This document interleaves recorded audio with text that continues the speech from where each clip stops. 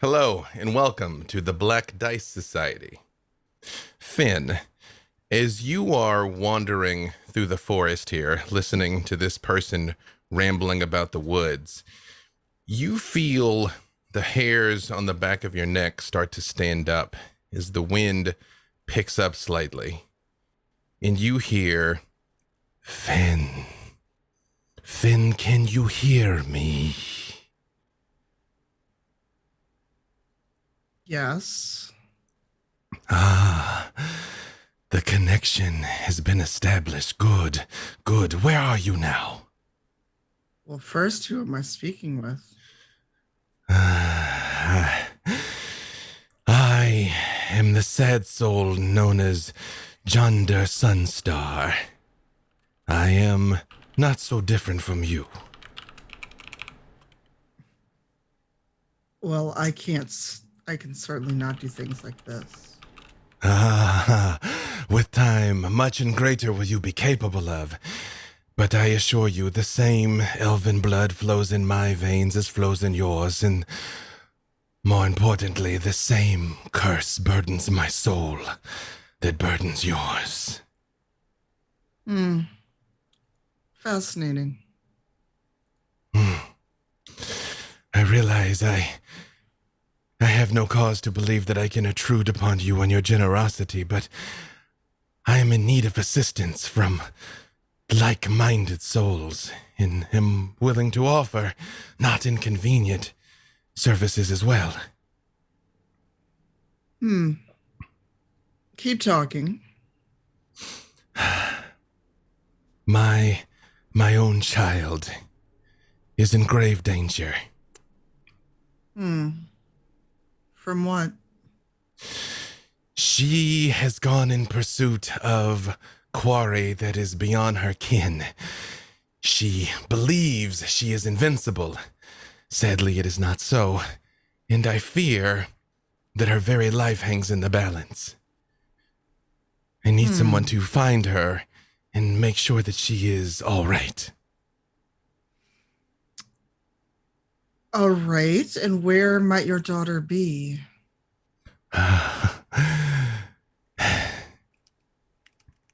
She's hiding from me. She didn't want me to know where she was going, presumably because she knew I would stop her. I will endeavor to scry her location or divine it through some other means. I will be in communication with you once I have located her. I just wanted to properly make your acquaintance first. Very well, but if you could reach me, and assuming you can see more than you're telling me, you know that I'm already on a mission. The stories of your deeds and accomplishments and your prowess with the blade, and also with fang and claw, have traveled far through the mists. Once I knew that you were out of the carnival and able to be reached, well, I had to try. Well, hopefully for your sake, she's near Falkovnia. You're in Falkovnia. Yes. Can you escape? Can you escape now? This moment, I probably can't. The new moon will soon be upon you. Surely you must have been told, under no circumstances must you be in Falkovnia upon the new moon. We were told, but not really why. Oh, this is a dreadful state of affairs. I may well be calling upon other adventurers to come and rescue you soon. Can you at least get to the capital of Lescar? Probably. Well, if you are alive a few nights from now, then surely you will be of sufficient strength to rescue my dear Savra, and if not, at least you will be free from the eternal torment we find ourselves in. One question. Yes. If this is so dire and urgent, shouldn't I be trying to leave now to rescue your daughter? Yes, you should, but you said you can't. You should be trying to leave now to rescue yourself. Well, I can confer with my patriots and see if anyone has the ability to get us out. Or if I could reach his souls. Do whatever you can to leave that God's forsaken place as soon as possible. Otherwise, I fear you never shall. There was a time that I myself would have been able to assist you, but sadly, after my experiences in Mordant, my power is fractured. I am working to regather my strength. And where are you now? Seeking an audience with an old friend. I am currently in the mist, seeking access to Barovia. Von Zarovich owes me a number of explanations. Oh dear. But that is not something else to burden you with. I fear that you will be quite consumed very quickly. Just whatever you can do, get out of Falkovnia as fast as you can, Finn. All right, I will make haste. Is there a way for me to reach you? Simply call my name. Intend it. Now that the connection is established, I should be able to find you. If I do not reply instantly, I will as soon as I can. This is rather taxing and can only be done so frequently. Understood. Good luck to you. You are going to need it. Well, thank you. And hello, and welcome to the Black Dice Society, Episode 5, Vergissmeinnicht, or Forget Me Not, Part 2. Again, this is Ravenloft. It is a horror game. So unlike other D&D that you might be accustomed to, oftentimes we will face and deal with darker themes than you might be used to encountering in streams such as this. As always, I have talked with the cast. I'm aware of their lines and veils. We have a safety system in place that if something gets too intense and they ask me to bail out, we will immediately. So if for any reason we're in the middle of a scene and it just changes on a dime, you will understand why, because that is the most important thing. So be advised that if you have any particular phobias or are squicked out, we may unconsciously trigger those things. To the best of my ability, I will warn you before there's things like yelling and screaming. But again, proceed at your own risk. Now, with that firmly in mind, let us meet our cast. And we will go around starting with the first person we've already met tonight, Finn. Hello, my name's Tanya, Cypher Tier, and I am your Drow Dumpier Blood Hunter, Finn. Pronouns are she, her. Excellent. And let's just go around the circle here. Becca. Hey! Wow, me second? I'm Becca Scott. I play Tatiana, Ergenazi Barbarian. DJ. Hi, I'm DJ. Playing Desmond, a human ranger inflicted with lycanthropy. Pronouns are he, him. Is inflicted, blessed with. It's a feature. I had to say, yeah. It's a feature depending on what time of the month it is. That is true. Full moon will get here eventually. Sage. Hi, I'm Sage Ryan, and I play one half of the brain that is operating Valentine. Valentine is a reborn aberrant mind sorcerer, and we both use she, her pronouns. Excellent. Nora? Hello, I'm Nora Ibrahim, and I'm playing Nahara, your reborn, fallen Azamar undead warlock. And last but certainly not least, the Lion of Darkon, Mark. Hello, I'm Mark Meir, and I am playing Brother Uriah Macabre, a cleric of the grave and priest of Ezra, pronouns he, him. Excellent. Just a little bit of housekeeping to get out of the way before we get back to it here. Again, we don't often say this outright, but if you are watching this and you enjoy, please do consider liking, commenting on this, sharing anything that you enjoy here. Not only does it help us to tell your friends, the algorithm does reward that kind of thing. It really makes a meaningful difference to us. So if you would be so kind, we really appreciate it. As always, I'd like to thank our sponsors at Die Hard Dice. We have custom sets for each of our wonderful characters are available now at the link that is hopefully being dropped into chat right now. You can use code BDS to get 10% off all of our sets and all sorts of other dope things. I believe Tanya is showing off the Tatiana dice tonight that she has to play there. So if things go poorly, blame Tatiana. There is also Secret Labs chairs is mine here. I love mine. It's like rolling around on the couch. There's also a link for that in the chat. Our TeePublic store is live. You can get all sorts of merchandise. You can get shirts, mugs, masks, pillows, anything you want, all at our TeePublic store. Link in chat. We also have an Idle Champions code. You can type in exclam code to get that there. Last but certainly not least, we have a Patreon. You can get early access to our podcast, to our exclusive weekly after show. Next week, we will be posting Patreon exclusive bonus episodes since we hit our first funding goal. That's next week.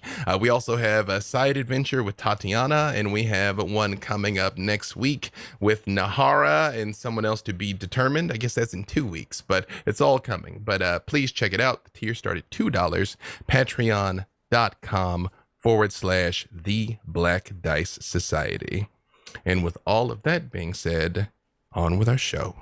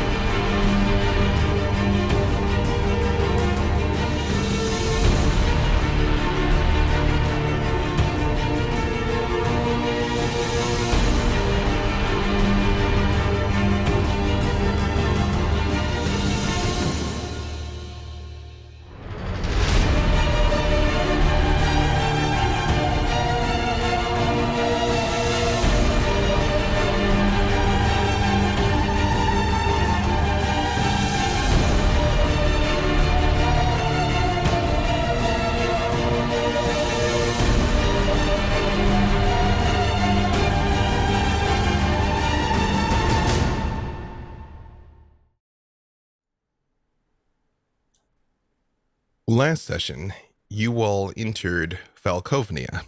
Isolde, the ostensible boss of the carnival, asked you all to come into Falkovnia and find 4 missing scouts who had come here and had not returned.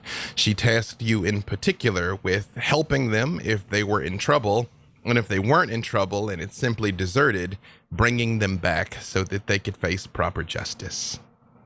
As you all entered into Falkovnia, very wary of all the terrible stories you'd been told about this place, as you entered into the forest, it was beautiful and lush, strangely quiet. The plants were flourishing, the sun was shining, but there were no living things to be found. You found a strange young man who was sunning himself completely in the nude in the woods, who happily took you back to his town of Del Munster. After some quick thinking from Valentine and communing with them with deep speech, you all realized there is some sort of sacred plant in the area that Adi offered to take you all to see. As you were moving through the woods as she was warning you about the undead and the forest and about how everyone was safe in Del Munster, and a voice echoed in your minds telling you, "You will all be safe as long as you are under my protection." And what would you all like to do? So we're gonna go meet the plant person, right? I say, did you all hear that? Yes, I did. I wasn't going course. to say anything in case I was only one. I don't want you to think I'm crazy. Who was that? Don't At some know. point, you get used to voices. Well, yes, that's true, but still would like to distinguish who this is. Yes, I'm afraid that particular voice sounded rather sinister. You also said get it used to wants to sinister protect voices. us? Eddie, So sinister. the old woman who is with you carrying her basket, looks at you and she says, "Oh, so good. It has spoken to you. Yeah. It offered you the protection. That's so good. You're going to be safe now. You're going to be happy and provided for, as all of us are. That's okay. We feed the plant, and the plant protects us, and everything is there good. And then now the zombies won't come in and get you." Thank you, Adi. That's good. Hold up, Stuart, real quick. Stuart, what do you think about all of this? Do you trust this voice that's said to protect us? Think about it. It just looks like a brain floating in a jar, Nahara. It doesn't react in any way. What good use are you? Time. Is that the brain in the jar? That sounds like the stinky undead thing. I don't think you should have that here. The other ones, they might know where it is and be able to find it. His name is Stuart, and he's coming with us. A question for you, Addie, plant-loving lady. Yeah. This thing that wants to protect us from the Yeah. undead, Yeah? does it ask for anything in exchange? Yeah, we the foods, yeah. You know, so the plant grows, yeah. What food do you give it? I am scared to ask. I'm not. She looks at you and she says in deep speech to you, Valentine, "I like you. Yes, you understand the big picture." Of course. So, between you and I, then, what kind of food should we be providing to stay protected? Well, I don't want to speak out of the turn, you know. It's not for me to say. It's like, as you will tell yourself. It's okay though. It's fine. Now, these are new friends of mine. Yeah. I'm just wondering, looking around this party, do any of them look like the food needed?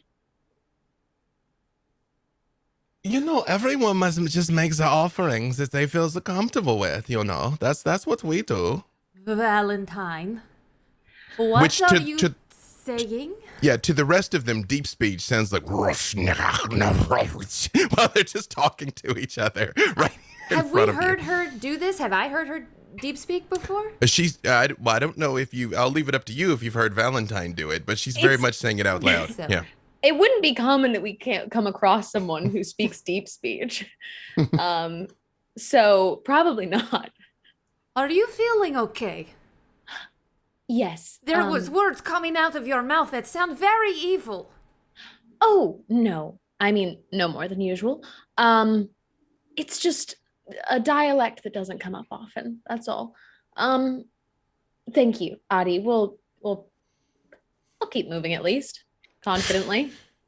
As you all walk further into the forest, all of you give me perception checks, and Desmond, you can give it to me. You can give me perception or survival, whichever's higher, and you can also give it to me with advantage, Desmond. Just Desmond on that for the advantage? Yes, because he specifically is a woodsman. Oh, natural one. Oh, no. Oh no. You have successfully rolled to disbelieve, Tatiana. Again, this is I would point out that we only play with one house rule, that a 1 always fails and a 20 always succeeds, even on skill checks. So this all seems fine, Tatiana. It's a nice forest. We're going to see some plants. It's boring, but whatever, and then get on with the mission. Okay, That's a let's 21 feed a for me. big plant. I rolled an 18. 18, excellent. That's a 13. 24 for Uriah. 24 from Brother Uriah. Yes, Desmond? 15. Was that perception or survival? That was perception. I can't see the specifics of whether or not perception or survival is more powerful. In your skill list, you'll have a list of skills there. They'll all have a plus next to it. If the plus is the same, they may be the same. Yeah, they're the same. They're both Okay. plus 3. Okay. Excellent. Brother Uriah, it is actually you that notice. Although in the forest, there's a lot of very tall trees, a lot of old growth, a lot of very large flowers, very large fruit. Around here, everything seems like newer growth. It looks like everything has been burned and is coming back again. I would say with a 24, it actually looks like not just a forest fire, that there was an explosion of some sort. And you recall that vision you had in the mist of a red star streaking through the sky over Del Munster. Yes. Yes, the impact, I suppose, could have caused a fire. Who am I closest to? You were all sort of just walking along together, I would say. Probably furthest from Valentine, because I get the distinct impression that she's walking with the least hesitation. but So I'm probably at the back then, because I'm probably walking with the most hesitation. Yeah, just to those who are closest to me, I'll whisper that. It's like, yes, that vision we saw, the light falling from the sky. This is all new growth. Perhaps the impact destroyed it, though for it to come back this quickly is most unnatural. Well, the mist did deliver us here, brother. Indeed. I think perhaps this plant they worship is not native to this region. I would concur. I'd like to think I'm up at the front, like arm in arm with Audie. You all hear in your brains again, well done. I do hearken from far away. But I assure you, I only want what's best for everyone. You heard that, did you? Yes, I did. Then tell us who you are.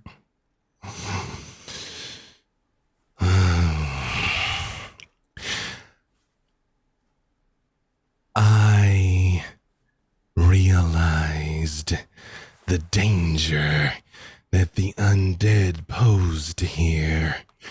I realized without intervention. It does pause when the two of you giggle. Because we just both We went at the same time. It does pause when you giggle. Without intervention, Falkovnia would be destroyed.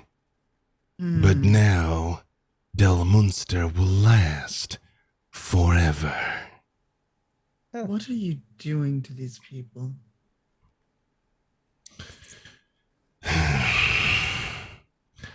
All of you give me another perception check. That is a 19. 19? Ooh, 17. that is a nat 20. Natural 20. 21. 21. 8, because I'm only slightly less naive than a moment ago. 8. Perfect, Brother Uriah. Question, since he's in direct communication with whoever this is, and he's got expertise in insight, could Uriah try an insight roll? Absolutely. But and what did Valentine get on that perception? 17.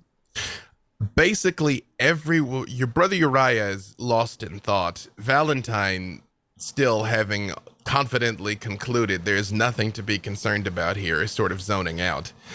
All of the rest of you realize that there are what look like roots extending across the forest floor, but which is easy to sort of overlook. There's trees everywhere, but you realize the roots aren't connected to the trees. They're all snaking much further into the forest. Nahara, with that natural 20, you realize you're already surrounded. You've already gotten too close. At that realization, and given that Valentine and I were so very insulted just recently, I'm just going to whoop over to Valentine and just very closely beside her ear. I think this plant is parasitic and it is everywhere. Yeah, that sounds about right. I would take this to an internal conversation, but I'm pretty sure it can hear that too. So, Probably. well, For what it's worth. we're already in. That we are. Very much so. Brother Uriah, Float back. with your 18 insight, you are aware that everything it is said to you is technically true, but only technically true. Like, it is completely lacking subtext. It does mean it wants to protect you. It does mean it wants to destroy the undead. All true. But by the absolute letter of the law, not by the spirit of the law. Okay, Uriah will say to it, very, very charitable of you, I'm sure, and yet I wonder what price you extract from these good people in exchange for your protection. You realize Adi stops walking and she turns around, she looks at you and she says, oh, it's like some things were extracted, that's true, but it's all worth it though, because I mean, if we still just been here and the new moon hit and the undead come, we all be dead anyway. So at least this way, it's like more better. Like, we still get to do the farming and we still get to do the music and then do the sunbathing, and everything is good. In Del Munster, it still stands and it's not just destroyed. So it's like a good trade, I think. I'm sure it is a perfectly reasonable deal. I'm sure it's benefited you greatly. We would just love to know, essentially, what that deal is so that we may hold up our end of it as well for protection. When you say that and you all come around the corner into a clearing where Becca, who is running production today, do you happen to have the image ready? I do. You see this standing in a clearing. It is a huge plant with long spindly vines that snake off of it and go down into the ground and snake off in all directions. And there is a large central pod that stands closed, and it pulses slightly as you all come around. Is this the thing that you worship? Is this the thing that protects you from undead? Oh, Well, it's like worship is like the wrong word. It's not. It's more just like it takes care of all of us. It's like we feeds it and it protects us, and then like everything is so good. Yeah. Yes, I make sure that everyone is safe, that everyone is happy. And what sort of things did you take from them in return? Nothing they'll miss. You are being evasive. Ooh. it seems like if you would want it, it must have value. Everyone has a price after all. Let's just say what we're all thinking. How many of them are you eating? When you say that, Addie turns and looks at you, and her eyes turn green. And you hear voices all over the forest, all talking in unison. Well, you just have to empty out the vessel and then you refill it, It's sometimes the process, it doesn't work quite right, and then people come back a bit strange, but it's better this way. This old woman, she'd have been dead by now anyway.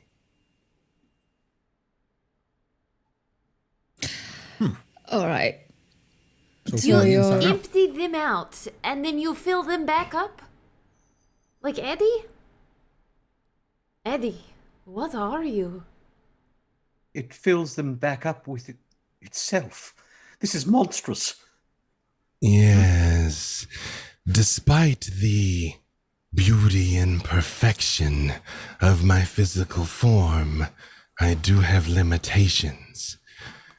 But with these beautiful people serving as my eyes and ears, my podlings, and all around you, you see the people from the town walking out of the forest towards you, Oh no.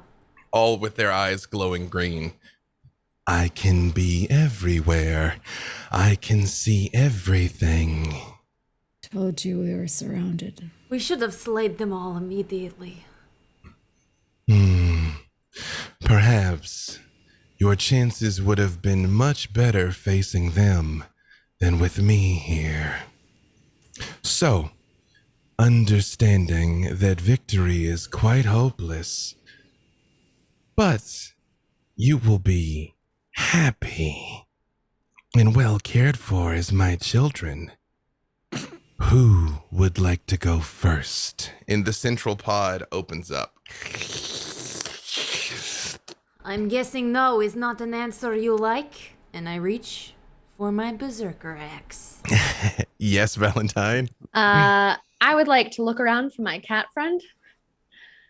It does walk by, and the moment you look for it, it was, well, isn't this a bizarre state of affairs? I think we're going to have to inform them that my brain is already occupied.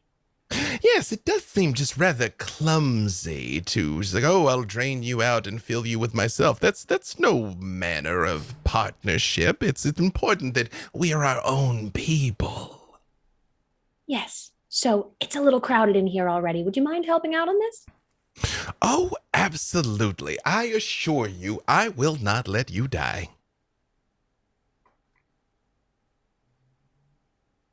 It's and then I assume we're probably getting into initiative, but if not, I'd like to cast I'm dissonance casting first. Armor of Agathis on myself. Yes, go ahead and roll initiative, because if you guys are going to start doing stuff, they're going to start doing stuff. Yep. Oh boy. What? That's got to be a nat 20.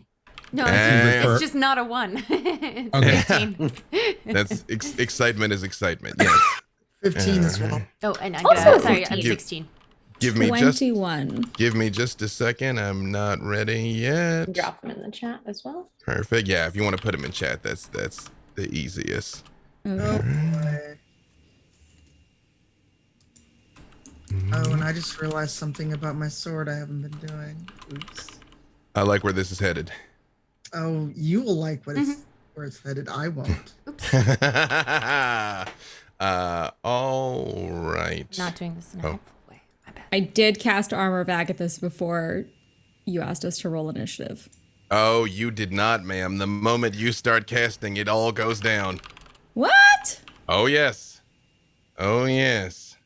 So I cast it and nothing happened? No, you can cast it, but it will be your action when you cast it. Oh, I see. Even though it was before you... Because the Before moment you you said start roll? acting, they start acting. Yep. I see. All right. Well, I take that back then. Nahara, what is your initiative? My initiative is 21. Excellent. Let's see here. Brother Uriah rolled a 4, so he's as things kick off, he's actually going like, well, perhaps we should discuss this before we do anything someone might regret. And yeah, so until we get to 4 on initiative, he's kind of saying things like that.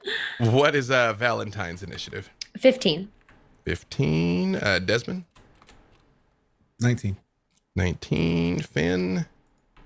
Fens was a 15. 15. And Tatiana? 16. 16. I believe I have everyone here. Excellent. Let me just arrange this real quick. Nahara, you will be first, however, so you're welcome to cast Armor of Agathis now, if you so desire, or what would you like to do? I will do that now, yes. Okay. What does your Armor of Agathis look like as it manifests into being? It just looks like a smokeless, fiery shield on me. Excellent. Like there's just a layer of fire. And is that a action or a bonus action? It is an action. Perfect. All right. Anything else from Nahara? Bonus action or anything of the sort? No, that's all I have. Excellent. Desmond, your turn. You have this gargantuan, what's huge? This huge plant monstrosity in front of you and surrounded on all sides by townspeople. Podlings, if you will. Desmond just kind of looks around and looks back at his brother Uriah, who was just saying like, "Oh, can we delay?" And he just kind of just looks back and says, "Brother, I imagine we don't have the benefit of hiding from this one, so let's have a little bit of fun." Pulls out Carry on. his long sword and short sword, and just looks and just is waiting for one of them to attack, because he doesn't like can't tell who's the closest to him, but he knows that he's surrounded and he's just ready to go. He's a little. All right. Do you want to hold your action until one of them comes at you? Excellent. Perfect. All right. Then Tatiana. We'll start with bonus action of going into rage. What does it look like when Tatiana enters her rage? I think eyes become red and wide. She seems to maybe grow a couple inches taller and broader as every muscle flexes in her very sturdily built body. And the veins pop out. You can see the blood rushing through them, a darker blue. And she goes for the axe, pulling it off of her back as this happens. I want to size up how many of the townspeople look like they're going to fight. As of now, it's kind of bizarre because they're all speaking at the same time and all of them are standing there with these glowing green eyes. And most of them are armed with what looks like farm instruments and things of that nature. Like it's like the townspeople basically walked right out of town, followed you here, and are all standing around. It feels like I'll start with warm-up of slicing through the ones closest to me as best I can with two-handed wielded axe. Perfect. There's about 12 of the townspeople, by the way, kind of scattered all around. Okay. Yeah, maybe a group of 2 or 3 or 4 is close to me. You easily could reach some. Yep. I want to do big arcing spin and slice through several at once. Well, that is a specific move called a cleave, which I don't know that you have. I would never do that. No, that's stupid. Who would want? Well, who would cleave, right? Never. Yeah. But you can go ahead and roll your attack against one of them if you would like. Yes, this dumbest looking one with a pitchfork. No. D&D Beyond, why would you? Is 8. No. Tatiana, as you come and you swing your axe down at this thing, you see it moves just enough for you to swing past it and miss. Like it just turns the slightest little bit and the axe hits the ground. And it just turns and looks at you for a second and says, I don't understand why you are fighting. Like, look at this. Yours are so angry. Was the eyes doing the bulging and things? You could just be happy and peaceful if you just, let it happen. No one has ever insulted me by calling me happy and peaceful before. Anything else from Tatiana?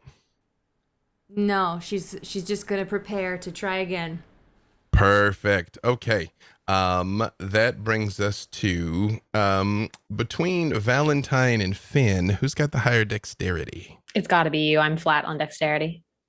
I have a 13. I'm an 11. Then technically this is happening simultaneously, but Finn, what is Finn doing? She is whipping out her sword and going for whoever's next to her. Okay, perfect. You can go ahead and attack. Quick question. Yes. Do the townspeople still have blood? Is there a way that you can know that? Because they look like people, but do you have a sense or something? Well, I could blood curse or crimson write them. but or blood maledict. Mm-hmm. But if they don't have blood, they're immune. That's why I ask. Is there any way for Finn to know before she tries? No. Give me an insight check. You're a hunter. This is a thing you do. That was a fail. No way to know. Nope. All right. Well, I'm just going for it. I'm just slicing and dicing whoever's closest. Perfect. After one of the townspeople. Yep, whoever's closest to me. All right, yeah, because you guys you're probably about 30 feet away from the plant in the clearing, and the rest of them are all kind of around you. Yeah, you're about 20 feet away from the plant in the clearing. Yep. Okay. Mm-hmm. Oh my god, that is only a 7. Tatiana's actual luck is affecting her dice, but that's all right. It's going to turn around, and then Tatiana's actual luck is still going to affect the dice. I whiff. That is not enough. Same thing you notice is you go to swing at this thing. One of the townspeople behind just grabs them by the collar and pulls them back a little, and your sword just whiffs past them, missing completely. Anything else for Finn? Finn is going to actually move to kind of back to back with Desmond if she can. Absolutely, you sure can. Valentine. Yes. I would like to firebolt the plant. And Perfect. that's a nat 20 to hit. That will do it. Double the hit die. Yep. Excellent. That is an 8. So that's 16 points of damage. And I'm just going straight for like the center mouth, eye, whatever that is in the middle. Whatever that is in the middle. Perfect. When you hit it and you see the flames go up around the plant, all of the townspeople scream. I won't do it and deafen everybody. We'll save that for later. But they all react to the fire. Can I just use my telepathic speech as like my bonus action to speak to Nahara? Absolutely. I would just like to say, hitting the plants hits them all. Kill the plant. Splendid. Perfect. Ready. Anything else from Valentine? That is all from me. Valentine, when you do this, I assume there will be repercussions for my actions. you immediately you hear in your mind, oh, you're going to be a problem, and one of those vines lashes out and tries to wrap around you. What is your AC currently? My AC is a 10. It definitely hits you and grabs you, and hits you for, I'm going to roll this for you because the default stat block would be overly cruel. Although the dice themselves may still be cruel. The dice themselves were still cruel. Excellent. For 18 points of acid damage. And you are lifted up off of your feet, and it starts to, that knocks. I have 14 hit points. It knocks Valentine down and starts dragging her back towards the plant, sliding across the ground. On death saves for being dead. You do. But it very much is reeling her in as she hits the ground. Also, Desmond, at any time you tell me when you want to use your held action. Just about to ask if I was okay to go ahead and slice it. That vine is trying to take her away. 100% you are. Yep. And that is rolling. That's my silly. I shortened my page. That was a bad idea. Let's see. Rolling also, with my. Thank you to C&E Games for the raid there, by the way. Hey, appreciate you. Rolling to attack with the longsword. Mm-hmm.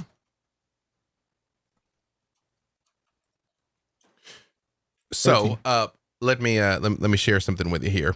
Then in the strictest technical sense, when you hold an action, you can only do the action and not the bonus action, but we're all friends here, and these are new characters. Would you like to use your hunter's mark? Yes, please and thank you. I was thinking about that Yeah. earlier, and I was like, I didn't think it was useful just yet, but yeah. It's always useful. D6 makes a lot of difference at this level. Done. So you're going to put your hunter's mark on the plant. Is that your intention? Yes. Excellent. And then what was that with your attack? It was a 13. 13 is not enough. You hack down on this thing and it's like almost like it's rubbery. It just bends a bit. And you hear in your mind, I will come for you next, man beast. You are an abomination. You should not be. You call me an abomination by all means. I love it. Anything else for Desmond? I would love to roll for that short sword as well, since he's dual wielding. Yes, you absolutely can. Remember, if you hit, you will not add your strength to it. Cool. That's a nat 20. Hey, that is enough. That definitely is a hit. Yay.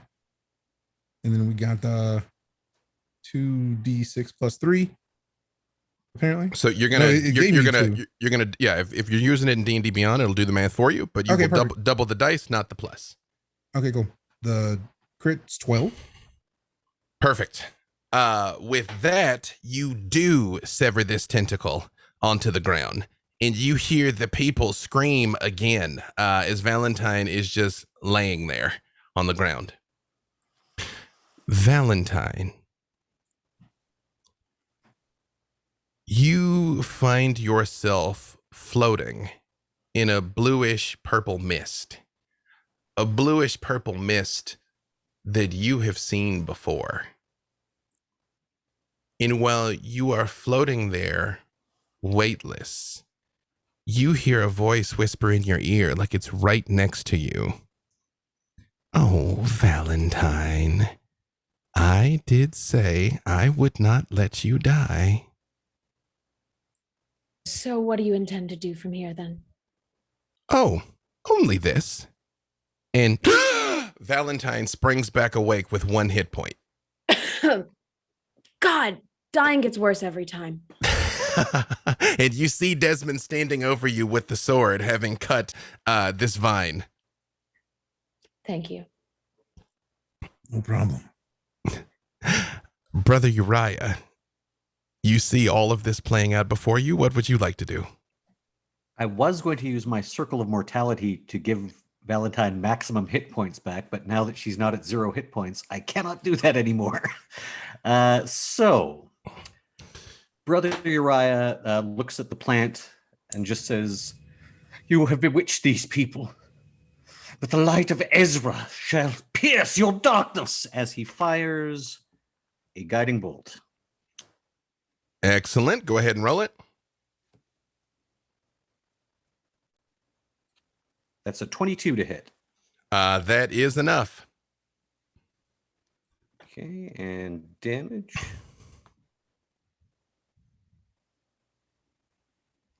That'll be 14 points of radiant damage, and the next person to attack has advantage. Excellent. You all see the plant here in the clearing begins glowing brightly. And you hear all of the townspeople at once just scream out, okay, you will not be the new podlings, you will be the fertilizer. And they all charge in, and each of you get attacked twice. Oh boy. Lucky for Valentine, they miss horrifically. I was gonna say I do technically still have a shield at least Yes. for a reaction. Yes, and you are prone also. They miss horrifically. Desmond, what is your AC? 13. One of them just comes up and slams into you with just a 2x4 for 5 points of damage. They miss Finn horrifically. What is Tatiana's AC?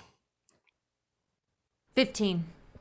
One of them hits Tatiana for what would have been 5 points of damage, but since you are raging is reduced to 2.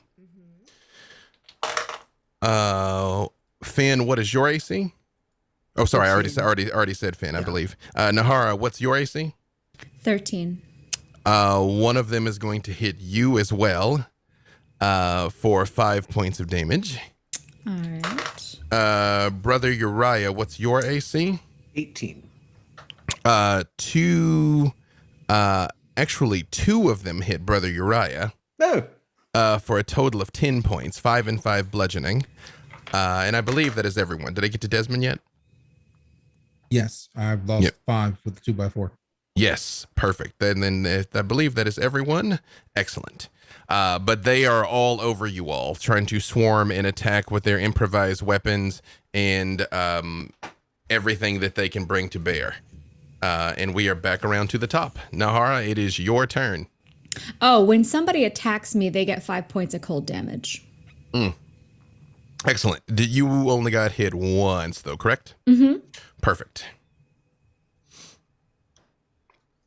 Perfect. All right, it is your turn, though. I look at the plant and first, before I do that, I'm very much clutching the jar in the brain and thinking to myself, very much in the light of don't ever talk to me or my son ever again. But I think to Stuart, we're in trouble, but I'll protect you. And I look at the plant and I just say, you're nothing but a parasite. And I will cast Eldritch Blast upon it. Absolutely. Roll it.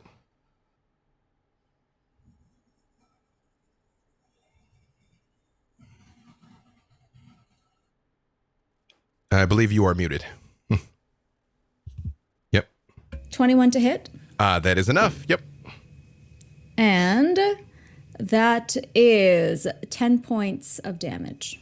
Perfect. You blow a large chunk out of the side of the plant, and all of the townspeople howl in pain and madness again. In Nahara, you see Albrecht says, Nahara, why do you do this to us? We just want to make it like it's a peace, yeah? It doesn't have to be this way. You could just go and then like we could just enjoy the sunshine if you want, and or not. You could just leave and go to the next place. It doesn't has to like be terrible like this. Oh, my sweet baby, I'm just trying to help you. Wait, no, that's what we said. And when you say that and start laughing, you see the water inside of the brain in the jar starts to bubble. And you hear, and that same shockwave that went off that saved you all in the first place goes off again. All of you give me I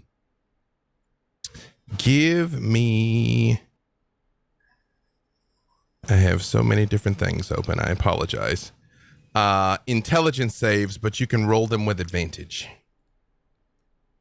Mm-hmm. Except Nahara and except Valentine. Okay. Oh, okay. That's a 23. Perfect. And 19. Perfect.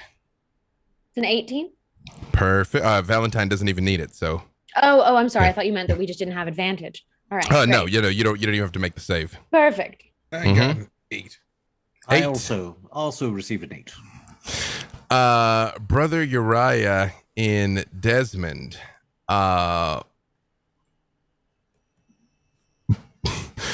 Both of you take 17 points of psychic damage and are stunned. Oh, it's time to go to Actually, sleep. currently dying.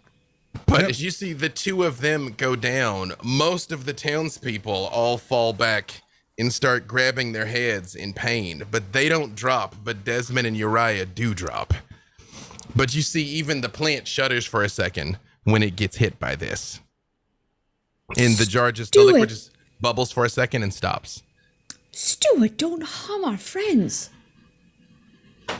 Nahara, you hear inside of your mind, I didn't.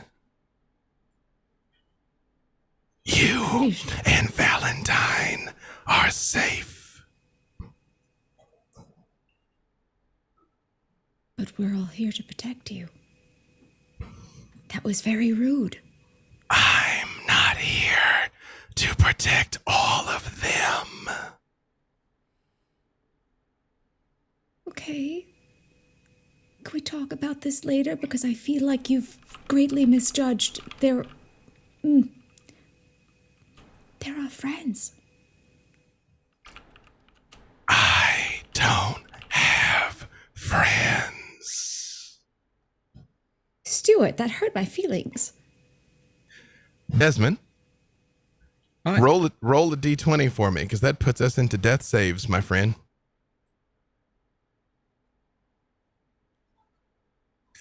2. That is 1 failure. Mm-hmm. His life is beginning to slip away. Tatiana, it is your turn. You see Brother Uriah and Desmond have fallen. Everything else is still up. I'm not sure my speed, but I want to run and swing my axe at one of the limbs of this creature. Maybe if one's lashed out. The big plant creature. Okay, go ahead and roll it. We're going hard dice. 24 to hit. That is enough to hit it. Yep. Okay. Also, I'm going to need something from you, Tatiana. I need you to make a wisdom save. Yeah. Because which one first? You have been, well, technically the wisdom save should have been when you were damaged. That's right. So give me the I won't make you cash in that roll. You can keep that roll for your hit, but give me a second wisdom save. It's 12. You know what time it is, Tatiana. Everything dies. Destruction time. I don't know why, but I must keep slashing. Okay, and as that happens, I... Slashing damage, 9. Excellent. Oh, plus Yeah. 2 from my rage. That's not in there. 11. 11. You take a giant chunk out of this plant, and the people continue howling in pain every time you do. My friends are hurting because of you, and Tatiana does not like that. Don't worry.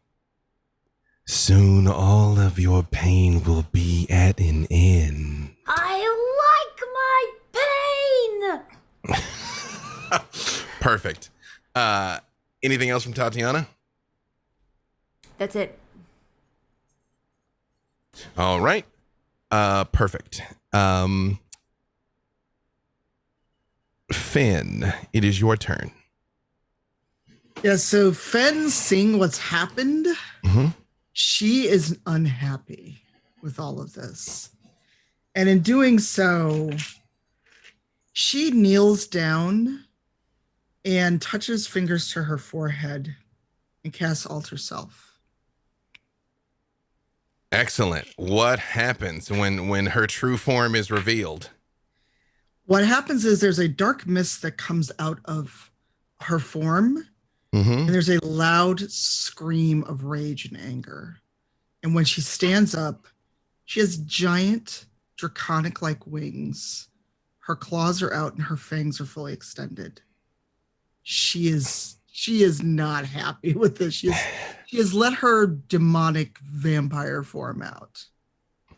Perfect. Excellent.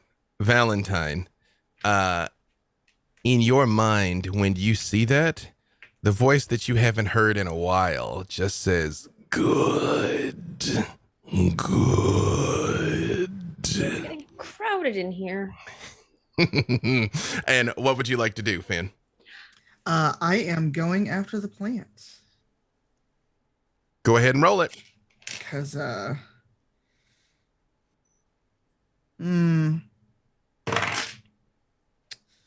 let's see. Does a 14 hit? That is not enough. She lets out a terrible scream at not quite reaching this point. She like swipes at it and she's so angry and discombobulated. She just totally whiffs it. You hear all the people simultaneously say out loud, "Oh, it's so terrible. See your friends, they are dying right now, but that's okay. We'll get them back. Like, you don't have to be so mad. You could just leave. Just leave these two. Leave these two boys with us, and the rest of you two can go. You can live. We will just take them. We will let the rest of you live." No. Valentine, it is your turn. If I can, without triggering an attack of opportunity, since I'm not like right up in there, I'd just like to kind of get over near and in front of Desmond. Mm-hmm. And then I would like to once again firebolt, because everything else I have is wisdom saves, and I feel like the plant might be kind of wise. Yeah, Desmond is basically right next to you because he was standing over you when he was knocked down. So he's right there. Essentially, you stand up, he's right there. All right, great. Well, Okay. then we'll firebolt, and that is. Oh, I mean, just one quick thing before we go on. Nahara, technically, this thing was guiding bolted when you attacked it. You did hit, but roll again for me just on the off chance it's a 20. Just because you were owed that, so let's just... you are muted, sorry. Rolling for what exactly? When Brother Uriah had hit it with guiding bolt, Yes. when you attack with your Eldritch Blast, you should have had advantage. You did hit it, but I'm saying roll again because it's possible the other one would have been a 20, and that matters.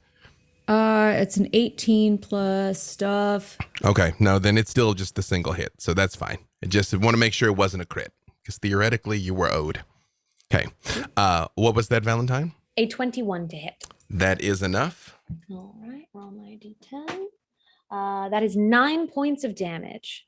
And a firebolt. And again, I'm just aiming straight down the center of that plant. And I'm doing my best to, like, what would Tatiana do to protect, kind of stand in front of Desmond on the floor, knowing full well there's nothing I can do about it.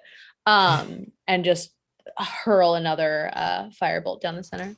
Excellent. And that was how much damage? I apologize. 9 points of damage. You see it is burning in flames. However, it is the plant's turn. And 3 yes. Oh, actually, yes. It is, I believe it's Uriah goes before. No, the plant goes before Uriah. The plant goes also on 16, and then Uriah goes, and then the people go. The plant is chopped, burned, beaten, has Finn all over it and Tatiana all over it, and 3 lashes come out as the vines whip that are covered in thorns. And miss Nahara terribly and miss Finn terribly, but do hit Tatiana. Tatiana, it hits you for 22 points of damage, but it would be 11 because you are raging. And actually, I take that back. You do not rage against acid because it is acid damage. And starts reeling you in towards the central plant. And you were close enough, you all see Tatiana disappears inside of it. Like, and closes up around her. Did the axe stay in my hand? Oh, you took it with you. However, I need a con save. Yeah, okay. No! Hold on. Dice are broken. I need to roll actual physical dice. Digital dice broken? RNGesus has spoken. You are stunned, Tatiana, as it pulls in and wraps around you. And you hear in your mind, don't fight. Don't be afraid. It's time for you to fulfill your true life's purpose. Your strength will be mine, and my protection will be yours. I cannot think. I am so angry. However, it is your turn, Brother Uriah. And I believe you were in death saves unless you have some bizarre grave cleric-y thing that is going to get you out of this. Well, there's something bizarre, but perhaps not what you're thinking. Uriah suddenly sits bolt upright and his eyes pop open. And that was psychic damage that I took that put me down, right? It was. Yeah, so you see all these burst blood vessels in his eyes as he opens them. And a hollow voice suddenly erupts from him. Not yet, O man of Darkon. I still have a use for you. And suddenly Uriah is surrounded with a nimbus of energy. You can see all the burst blood vessels suddenly start to repair themselves as he suddenly comes to, sitting up. He looks around, immediately sees Desmond's body, and casts as a bonus action, Spare the Dying, which as a grave cleric I can do at 30 feet. Mm-hmm. Without touch. Yep. You see Desmond inhale sharply. He doesn't regain consciousness, but you realize his life force has stopped slipping away, Brother Uriah. Now, question, have I essentially used my action for this turn? Nope, you could do something else. That counts as a divine intervention after a fashion. Then Uriah rolls over to scrambles over to Desmond as quickly as he can. He's at 0 hit points, right? Mm-hmm. Then I automatically cure maximum, so he gets 11 hit points back. Desmond, you feel the life shock back into you. You see Brother Uriah with his hand on your chest looking concerned, and Valentine standing over you looking defiant between you and this monstrous plant.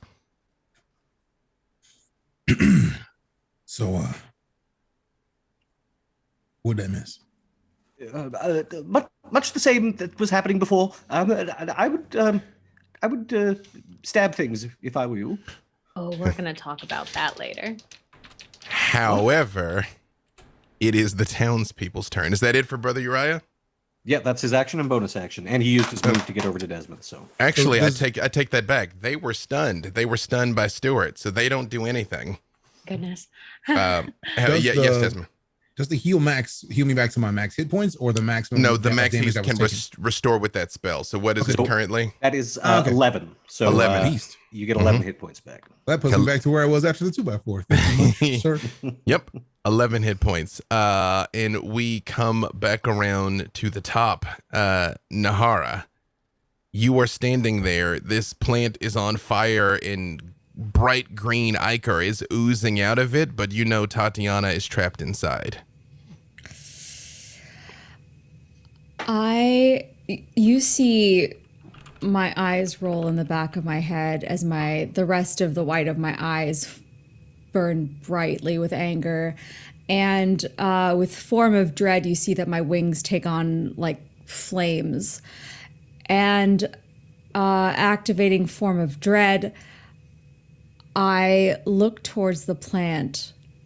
I extend my arm out and I say, "Give her back." As I put a witch bolt, but I want to do it on sort of the base of the plant, so where if Tatiana was towards the mouth, I don't want to hit her. It has 7 mouths, yes? There's a number of options there. Are there multiple mouths in this plant? Well, this thing is huge. Tatiana's big, but I mean, there's enough of it to for you to damage, being pretty sure that you can do so safely. Yes. So I don't want to hit anywhere near where Tatiana might be. So I will. Oh God, it's a 10 to hit. That is not enough. As you go and you hold your hand out, you see the black energy start to coalesce. You see Tatiana's face just gets pressed against the side of it from the inside, and you hesitate, and the bolt flies wide. Oh, Tatiana, I'm sorry. Yes. Look, you want what's best for her just like I do. You do not. Anything else from Nahara? No, I'm just seething because I'm just, ugh, how dare my witch bolt not hit? You do look very imposing while you were doing this. Both you and Finn both look very incredible at this exact second. Tatiana, you are in the process of being consumed. Not my favorite feeling. I am also stunned. You are stunned. Yeah, you are stunned and restrained. There is nothing you can do right now to get out of it. You are being eaten alive. Tatiana, you Not feel like the this. enzymes burning on your skin, starting to seep and run into your mouth. And you just hear, yes, join us. Everything will be calm. Everything will be simple. You will help me defeat the undead legions. Not much longer now. I concentrate all my mental will in pushing this voice out of my head and try and remember the strength that I had on the floor of the fighting pit when I was beat down and near defeat and reached deep within my soul. But I cannot move. Finn, what would you like to do? I want to reach in and try to pull Tatiana out. Excellent.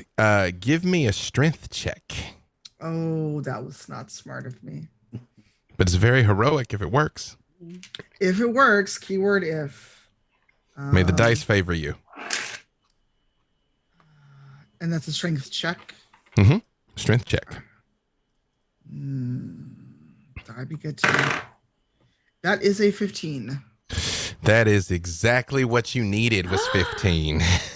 So Tatiana, as you were thinking back, remember the fighting pits, remember the fighting pits, remember the fighting pits, you feel a clawed hand come in and grab you and pull you bodily back out of this as you see Finn in her monstrous form just pulling you free from this plant. As I open my eyes and they're covered in acidy muck, it's like I'm being reborn from the goo inside the mother's womb. In a manner of speaking, you are still its child now. That is true. Anything else from Finn? I'm just going to use my travel to get Tatiana as far away as I can. Perfect. Valentine, you see that Finn has yanked your friend free and dragged her away. What would you like to do? Goodness. Good question. I'd love to be less likely to die. So, I'm going to cast Mage Armor, which is my action. What does her Mage Armor look like when it goes up, by the way? So Valentine's Mage Armor is really, really kind of fits like a tailored woman's suit. Honestly, it has a lot of like curve to it, and it's rather thin in nature, and it has like a slightly golden and pearlescent sheen to it. But covers just around the shoulders, has a piece that goes across in kind of the same shape as her pearls, and then down around fits in the same way that her dress does. Perfect. So I'm just going to, looking rough at this point, cast my Mage Armor and then just kind of like see if I can, if I were to go towards where Tatiana's heading, am I going to invoke an attack of opportunity? No, because you're still kind of in range of the plant. Like its vines are everywhere. I'm gonna head towards Fen and Tatiana then. You do see as Tatiana sort of wakes up and looks around, that madness in her eyes like flares up again. Like you know what's going to happen. Oh no. I'd rather be killed by Tatiana than a plant. Perfect. So as you are moving away towards her, it is the plant's turn. You see it is burned, cut. It is leaking juice from everywhere, and it just yells out, "No, no, no." And pretty sure gonna miss all of you. What is I'm still at 1 HP. Please don't hit me. what is your AC with the mage armor? A 13, I believe. It got a 12. Really glad I cast that mage armor.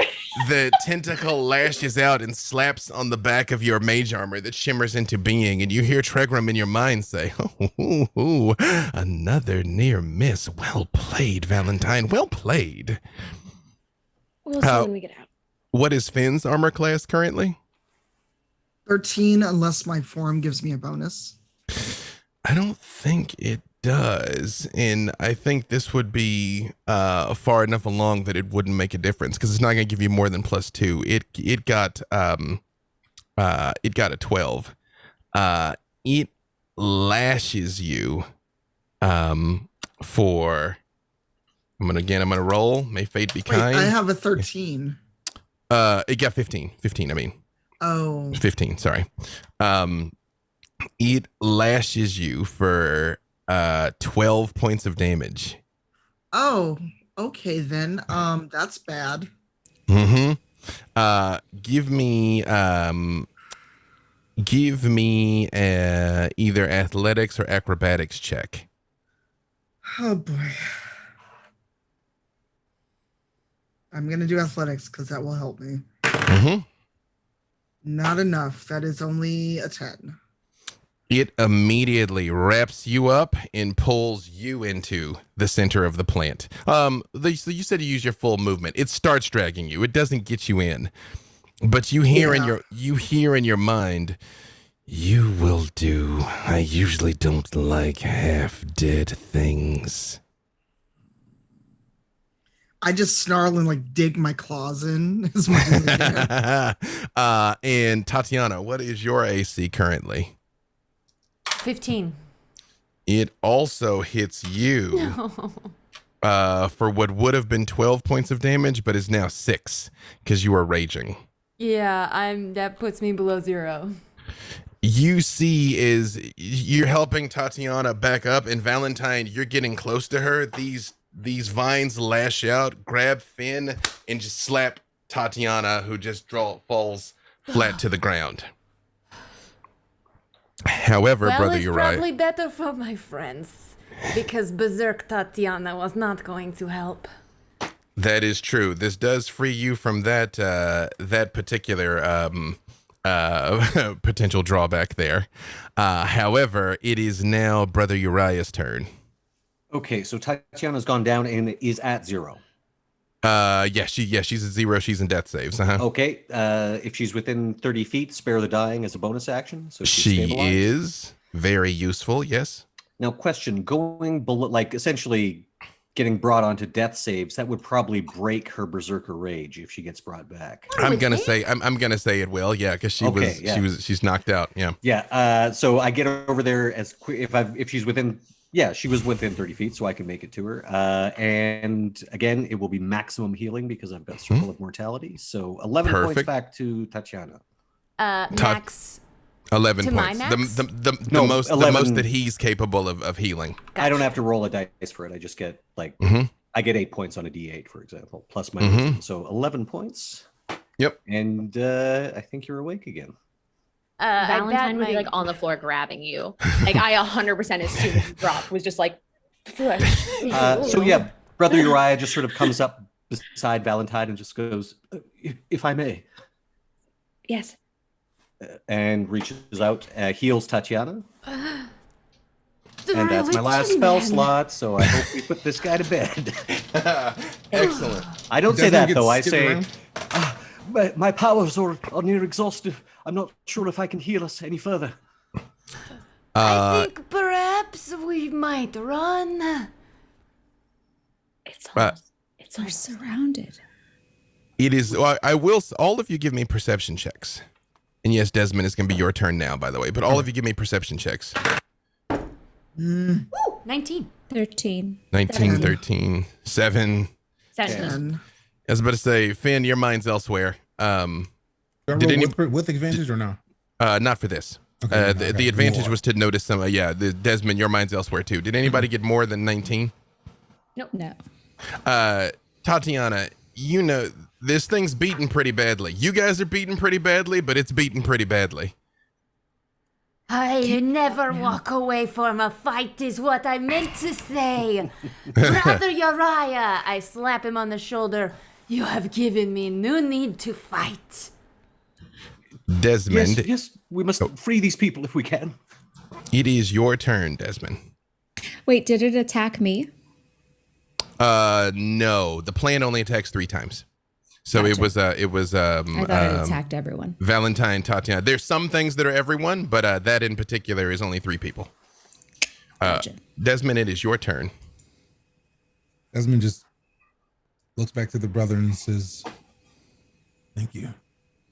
And he looks back at the plant and says, "You know, I hate it when my salad is angry." And he just clenches all of the muscles in him and just, "It's time." And while he just starts, just every muscle on him just breaks and grows until his hair grows and he's just standing there, just a massive wolf. And he just runs straight at the plant. You know what? Roll attack it. Yep, roll it. There's a 1. Desmond, as you leap forward to claw and bite this thing, one of the vines is pulling Finn towards it, but the rest of them reach out and grab you in mid-flight. Oh, now this is a pleasant surprise. What can I accomplish with this hollowed out vessel? My children, destroy them. And oops, that's too many. All of you, they attack very poorly. However, one of them was a natural 20. So here's how we're going to decide this. We're just going to let fate decide. Okay. 1, 2, 3, 4, 5, 6. Which one? Tatiana Yes. wants to jump in the way. Let's see if fate wants Tatiana to jump in the way. It does not, Nahara. They need to make a wisdom saving throw. Excellent. Okay. They are not overly wise. Although you know this 20 is going to come through no matter what. You know that. But it's whether you're gonna hellish rebuke them. No, it's my form of dread. Oh yes. Oh yeah. You know what? Normally 20s are always a thing, but RNGesus has decided with that 2 on the wisdom save, it winds up with the sharpened farm instrument that it intended to bury in your back and just can't quite bring itself to do it. That's right. Pardon, that makes it your turn, Nahara. And now they are frightened until the end of my next turn. You do notice it doesn't run from you. It just stops and doesn't run. You should have ran. And I'm going to hit it with an Eldritch Blast. Go ahead and roll it. And that is a nat 20, my friend. Roll it. All right.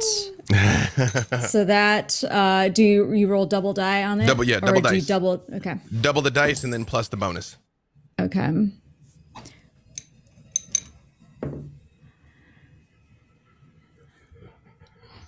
$16 points of damage. You punch a hole clean through this person, and you see the exact same green liquid come pouring out, and they just look at you and slump over to the ground. And all of the remaining ones yell, "Ah!" Your screams sustain me. Whoa. That was too hot. Hold on. Anything else from Nahara? No, I feel great right now. Perfect. Shouldn't have messed with my friends. Desmond, it is your turn. You actually should have gone on the 19. We just got it out of order last time, so I got wonked out when you were unconscious. But it's your turn now. It's your turn now. You, do notice it doesn't run from you. It just stops and doesn't run. You know what? You know what? Normally 20s are always a thing, but RNGesus has decided with that 2 on the wisdom save, it winds up with the sharpened farm instrument that it intended to bury in your back and just can't quite bring itself to do it. And all of the remaining ones yell, "Ah!" So I'm just still like held by the vines. Yeah, but you can attempt to attack if you like. I want to also cast Zephyr Strike. Perfect. What does that do? Zephyr Strike is a lovely thing. You move like the wind until your spell ends. Your movement doesn't provoke opportunity attacks, but until before it ends, you give yourself an advantage with a weapon attack roll. Perfect. So I'm going to give myself advantage on this bite. Perfect. And altogether, that's a 20. That is enough to hit it. I will say the Zephyr Strike will make you drop your hunter's mark. You can do this, but you can only concentrate on one thing at a time. But that is enough to hit it. That's fine. I'm going to be mad about it later, probably, but for now, I feel like we're good. Yep. And then the damage is 1d8 plus 2. 3. Which is not much at all. Believe it or not, 3 is what it had left. So Desmond, tell me what it looks like when Desmond rips this thing to pieces. So Desmond is like dangling by like 1 foot because the vine has it. He just looks up and just... He takes the vine and just rips it off. Bounces forward onto the primary plans and just rips and tears and just and he eats some of it. As you rip and tear at this thing, hearing it attempt to feebly plead in your mind for mercy, but your mind is a swirling maelstrom of rage right now. It begins to deflate and leak out all over the forest floor, and as it does, you see all of the townspeople fall to their knees, clutching their chests. And you see Albrecht looks up at you and says, "It might have been a mistake bringing you to Del Monster." And they all fall over dead, and the body taker plant is defeated. I shall, of course, attempt to spare the dying on Albrecht. Does it do any good? Those people were already dead. Well, I feel great. How do you all feel? I feel like absolute hell. I'll require a moment before I can cast spells again to heal you, but I can tend to your wounds. Fen is kind of sitting there. She's gotten on her knees, and she's not looking so hot, even though she looks really cool with her wings. she's now a shade of lilac instead of deep royal purple, and she's got like the nosebleed going on because she was down to 2 hit points. Yeah, I'm pretty I'm at 1. sure I saw a glimpse of Valhalla. All of you give me nature checks, and you can give it to me with survival, Desmond. Survival instead of... I got a nat 20. Whichever. I'm so glad because I got 0 nature. Whichever is higher. Although, believe it or not, Nahara's natural 20 will give me what I needed to know. 17. And I got a dirty 20. 11. Perfect. Was that for your... Well, either way, Nahara's going to know this. Finn's going to know this. Desmond, you're probably going to know it as well. You have cut off the flower, but that does not kill the roots. And with that is a good place for us to take a break. We'll do a quick 10. Oh, no. We will be right back. Don't go. No, wait. I forgot something important. I always do this. I have to give the names of our patrons here. Our top tier patrons. Thank you so very much. Again, currently, we are naming you by name. If the gods are kind to us, we will get to a point that we will have too many patrons to possibly name every episode. But for now, we are still gonna do this. Of course, I was not ready, and of course, it is loading very slowly. But now, here we go. We have it imminently Yeah, that was a tough adversary for you guys. But I mean, I know you were there, but that one was a challenge. That was very Yeah. stressful. That was a tough challenge against level 2. But there's like 6 of you. It's fine. It's Also, fine. You won. Stuart being helpful but very rude.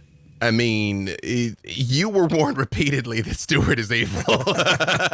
But first, Alan Zonzo, Aurelia Rolfe, shout out to my homie Ari, Brian Dwyer, Forrest S. Moore, Grafumbly, Hell Knight Games, Jocelyn Lund, Mark Radwin, Matthew Henderson, Michael Skidmore, Mr. Albert, Orune, that's a cool name, Rob Tremarco, Roger Ray, Ronan Monkey, that's the coolest name, Ronan Monkey, to Queen B, Thomas, shout out to my homie, Zachary Hubisher, and Zort1.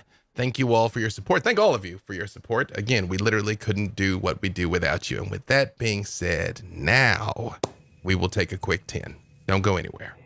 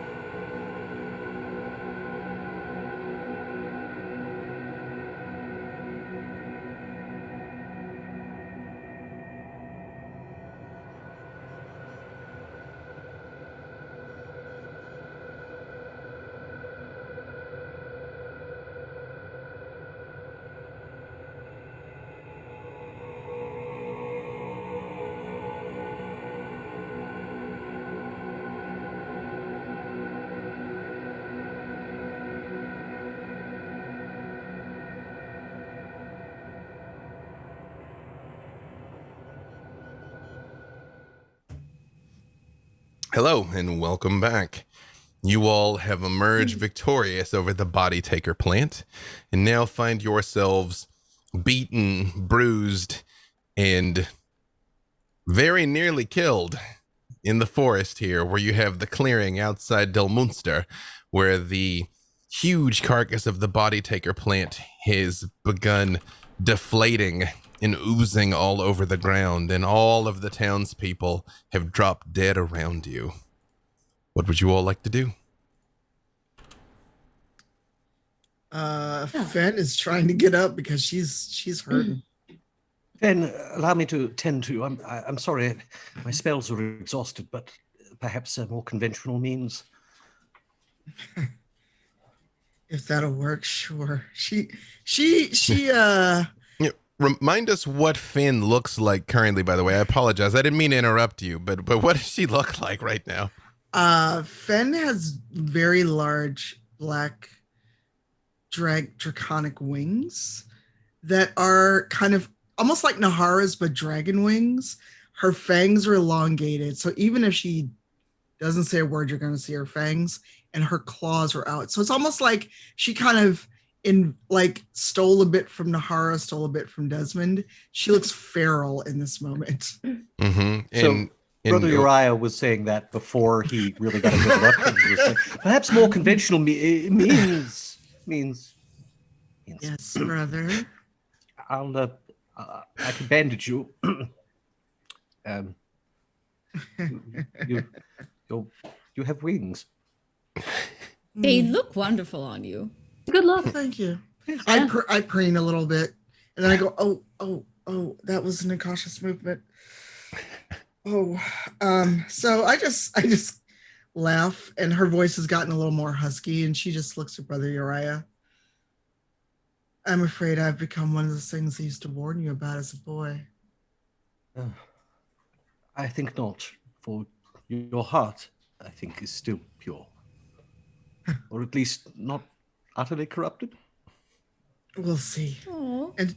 And she like has an arm around her waist, and she's just like, if you can do anything for me, I would appreciate it, Uriah. We'll need rest. If I have time to meditate, I can pray to Ezra for more healing boons. Yes, this isn't quite the resort town I thought it was going to be. Speaking right of, now it's a completely empty town. If we need a place to stay. yes, Nahara. What again does Nahara look like in her dread form? Her eyes have rolled back inside of her head, and it's just a very glowing white. And her wings have now taken on like a smokeless flame form. They're very fiery. And Desmond, what do you look like in your half man, half wolf form? Desmond is like body wise, it's still him, just far more massive. And his head is just this black wolf, like just thick black fur, like midnight fur. Like it almost looks like light just doesn't work on it. His eyes are a deep orange, and his fangs are multiple inches long. And he's just right now just kind of just breathing, just and completely covered in the ichor and goo from this plant that he very much continued attacking after the townspeople had dropped dead, and has left it a splattered ruin on the forest floor. But and he definitely ate a bunch of the plants. Like did you eat a bunch of the plant? Not a bunch of it, but at least 2 or 3 bites. Give me con save. Oh no, give me con save. Oh no, I'm already on it. If you die after all this because you ate that plant. Leaves of 3, let it be, Desmond. How much? 19. All right, cool. No problem. I don't believe that, but okay. Brother Uriah, you did yes. something fascinating back there. I'm sorry? Oh, when you died, or when we thought you were dead. I think I blacked out for a moment. There was a sound. It seemed to be coming from the jar, and then I was on the ground, and then I heard the king. My king. Are you one of us? What? No. I was standing in what I think was the throne room of Castle Avernus. The king was on the throne, and he spoke to me. He said he still had a use for me. And then I was here again. Yeah, we heard that. It came out of your mouth. Well, I didn't say anything.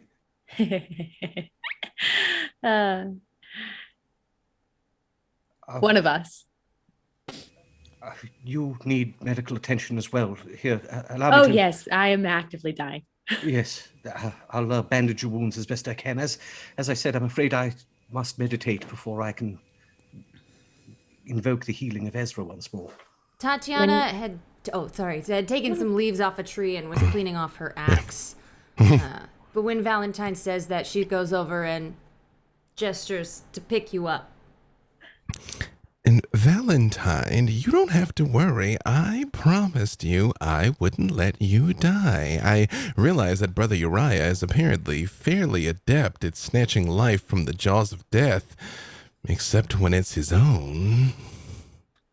Which is a fun trick, but there was nothing you could do to protect Tatiana, and he could. Well, yes, I suppose he has uses, but I did not promise to protect her. I promised to protect you.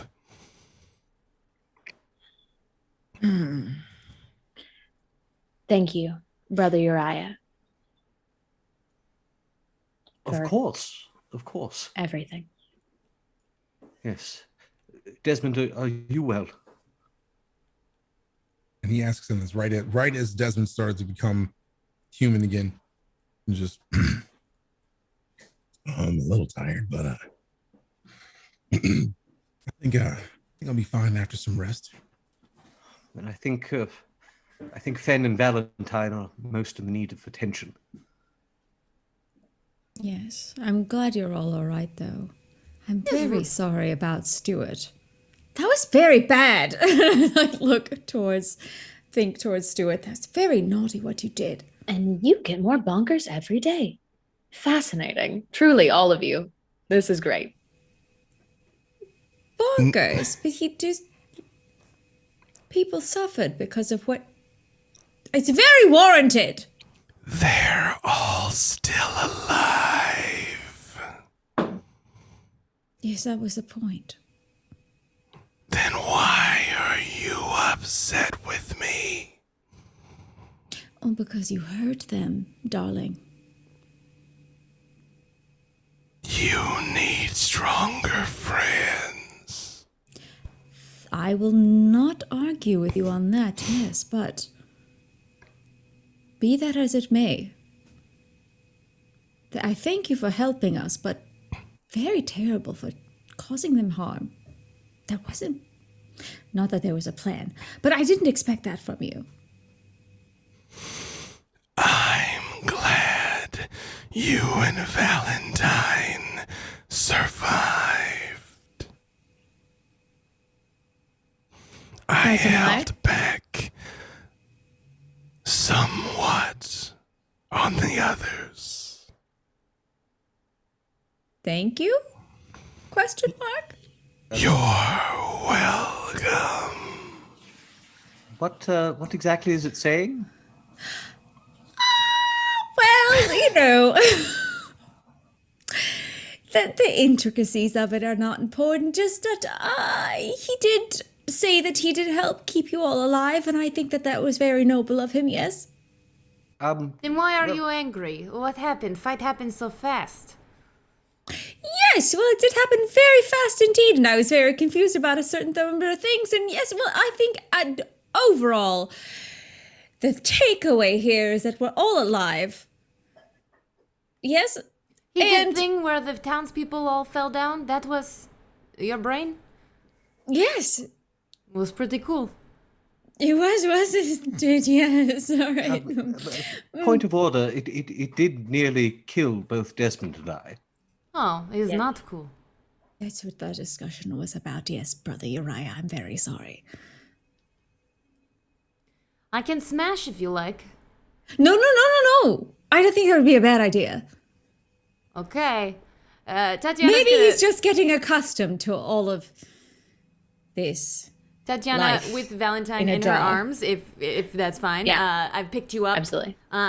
Like right in front of me, holding you out.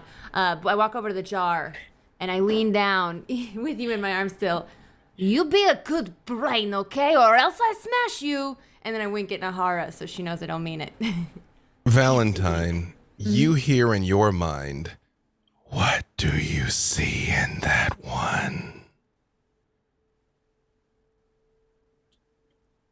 In Tatiana? Yes. I am literally carrying her. Well, this is all in her head. Oh, Yeah. that was back. Yeah. Someone with more honor than anyone I'd ever met.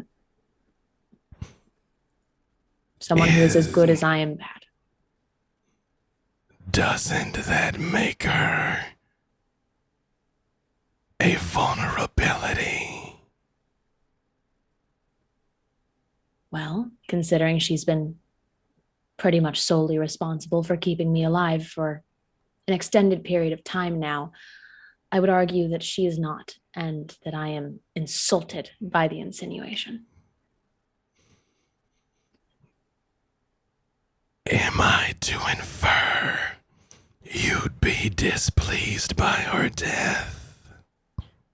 You are to infer that, from what I understand, you can't exist if I die.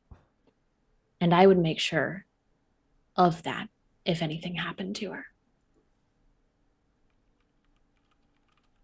You don't hear anything else?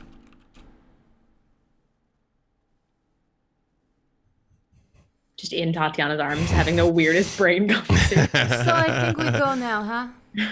Yes. Back Yes. to Empty Town. We have our pick of finest houses. So, what, if anything, do you all intend to do about the plant? Or do you intend to leave it? Right when she says, "Can we go back to town?" Desmond just kind of pipes up with, "I have a torch really quickly. I could just set this thing ablaze because I don't like the idea of how this works. I'm a fan of forests, taking out many Please. plants. Just Yeah, the plant you see, the roots are probably way deep. Can we just burn this whole forest on the way back to Absolutely in town, favor. just setting blazes and stuff?"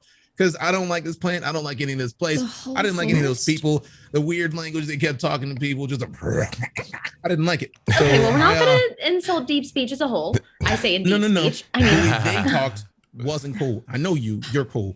They sounded disrespectful when they walked up. Just we were having a Desmond, conversation. give me either nature or survival, whichever's higher, with advantage. 11. You're not 100% sure on this, but one, this thing already lived through one fire. Lots of plants have roots deep enough that live through fire. And two, the only way to really get rid, because you're a ranger, you spend plenty of time in the woods. The only way to get down and kill all the roots is salt or poisoned. So yeah, Or you could try and just dig it all up, but that seems impractical. So I feel like we probably would be best served with some salt if the town has any. I doubt that they would, but they had to eat something, right? But I am not against just setting a flame to everything between here and the town. But I definitely want to dump some salt, right on this place right here, please and thank you. Could I just lean in, get super close, and just while it's down, just bam, bam, bam, retaliation of just repeated poison spray on it? you're muted. If poison spray is an option, when he says salt or poison, if Nahara's like, oh, cool. As Got you. start laying into the ground with poison, sure enough, as it eats through, you see the roots begin to wither and crackle underneath the poison. And it takes a minute or two, which is a number of poison sprays, but you are pretty good. You're pretty. But it's a cantrip. You got it. Yeah, you're pretty sure you've appropriately desecrated this ground. Nothing is going to grow here for a very long time. And I'll roll this into your original natural 20. You're pretty sure you got it. Well, I think that took care of that. Who's hungry? Not me, because I don't eat. But who else is hungry? I could eat, but I really wanted to set that thing ablaze. Nahara. I mean, I step aside, but by all means. Nahara. Like, after the acid eats down through here for a while, down in the earth, about 5 feet down in the earth, you do find a glowing red crystal about this big. I absolutely will take that crystal. Pick it up. Yep. Yes. Inspecting it, do I immediately see or sense It is anything? the exact same color red as the fire you saw in your vision of the red object streaking through the sky. It's that same color. Nahara, I fear that may have been the source of the plant. What caused It's mine. Yes, but perhaps we shouldn't take it from this place. This poison that you put into the earth has already stymied its growth. If we were to take it somewhere else, it could all start over again. Well, maybe we make sure. No, well, it I never poisoned goes it. in He's Earth. down. Perhaps it needed this. And now it doesn't have it. Because it's mine now. In much the same way that Stuart is your brain, but seems to have its own agenda. Yes. Well, but What's that's your not good, you point? see. That's I think that it might cause harm to more people. Well, we won't know until we find out, won't we? I propose deal. Perhaps we leave it in this area when we go back after we find Isolde's friends, but we are still looking for 4 missing people. And maybe we don't want this thing to plant again while we are here. Yes, I suppose you're right. But then I'd pocket it secretly. Valentine, you hear, oh, that must be terrible to have all of these would-be erstwhile associates all plotting your destruction secretly. No, it's much, much better when you can cooperate openly and as friends. I have very few friends. But in this moment, for the first time in a long time, I have allies. And I'd prefer that you were polite about it. I did not say anything to them. Also, Yes, of course not. You're in my head. True. Although, if you could get your hands on that crystal, I'm sure it might be of supreme use to us somewhere down the road. What do you think we could do with it?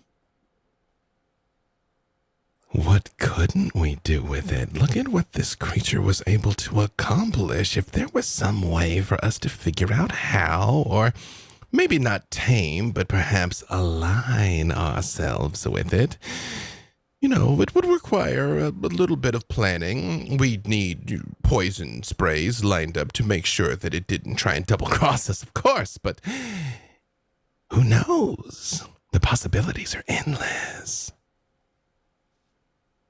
Keep walking. Just think about it. That's all. And you very much see the cat circle Nahara's feet and like look at her and look at you and look at her and then just sort of like fall in walking behind you. Can I try a perception roll to see if I noticed the jewel being pocketed? Oh, I'm going to say all of you know she had it and then she didn't have it. So. Yeah, that's really obvious, right? Yeah, she's very much like, I have a thing. Oh, it's behind your ear, you know? Like, yeah, it's you may not know where she put it, but you didn't see her put it back. Fen is actually going to be leaning on Brother Uriah, if it's okay with that, because she's hurt and I forget, how tall is Brother Uriah? He's quite tall. He's about 6'3", but skinny as a rail. Okay, so if Brother Uriah is okay with it because she's hurting, she actually like wraps an arm around his waist. She's like, well, you're a tall drink of water, and I can't quite rest my arm on your shoulder. Oh, yes. He takes her by the elbow. If we are to return to the town, perhaps we should do it now and rest while we can. I fear we shouldn't tarry. We have a deadline, after all. The new moon approaches. Yes, and the sun is getting low in the sky. Quick out of character. Would this moment, or when we were back to town, be a good time to mention Fenn's earlier conversation? It's absolutely your choice. I mean, you all, it was a fairly short walk back to town. If your intent is to get back to Delmunster, you get back easily.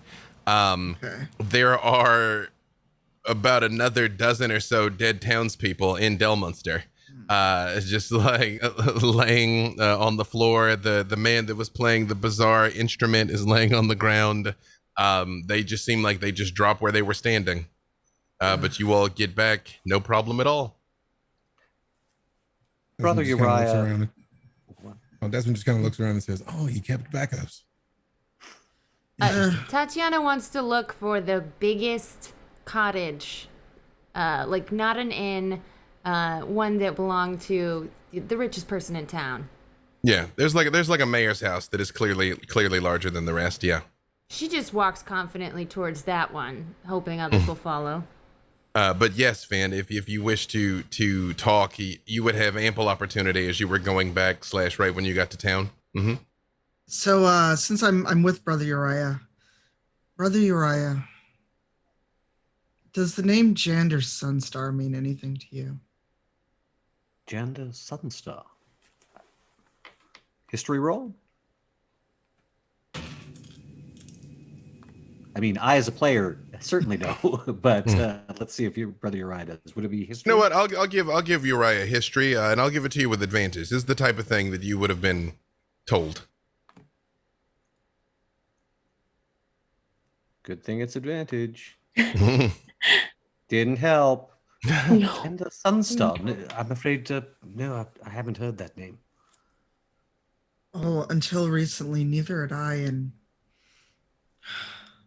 before our ill-fated romp in the woods, he reached out, much in the way our elven companion does, and said that he suffers from the same affliction as me, the same curse. And he did two things. He warned me to get a Falkovnia before the full moon, or the new moon. Yes. And he wanted me to find his daughter before something happened to her. I see. He's obviously some manner of spellcaster then, if he's able to communicate with you in this fashion. I would have warned you against such forms of contact, but apparently I myself have, been recently summoned to a meeting with my king. Well, I didn't try, or it wasn't a mutual conversation. I suddenly heard him. The daughter is Savra, and he said he would scribe for her location and be in touch. But if nothing else, he was intensely adamant that we get out of here before the new moon. Yes, well, we've been told as much several times. I wonder what horrible calamity occurs on the new moon, and I'd rather prefer not to be here to find out in person. Well, now that we've taken out our plant demon or whatever it is, maybe the danger is past. I suspect there's danger around every corner. Well, it is Falkovnia. Yes. B-Dave, how many days do we have by our count until the new moon? It is very difficult to say. Isolde told you it would be within the week, probably as little as 3 days. But it's tough because the phases of the moon are odd in the different domains. And soon. You only know soon. We did have Leskar pointed out on the map. How many days' journey do we? You estimate? did have Leskar pointed out on the map. If you went the direct approach, you think you could probably get there in a day or two. It is difficult to know what, if any, risks and perils await you in between here and there in Falkovnia. Considering you dropped into this place, which seemed great and then wasn't, it's hard to say. They said they didn't have any horses, but perhaps we should check the stables. If we can move even a bit faster, it would be advantageous. Yes, although I wonder if the horses met the same fate as the villagers. If they have, they'll be quite dead, I assume. Like everything here. Yes. In the meantime, we must get you and Valentine somewhere where you can rest. Rest would be appreciated. So the sun is getting low in the sky. The plan is to rest here in Del Munster. Are you all sleeping in different places, in the same place? Is there a certain order? Technically, 2 of you don't sleep, but you do need 4 uninterrupted hours. So is the plan, well, you all tell me, who's sleeping where, and to what extent are Valentine and Nahara keeping watch? I think that this mayor's house is very glamorous and beautiful. I have one big bed in the main, biggest bedroom where I place Valentine. I think it would be smart that we all stay as close to each other as possible.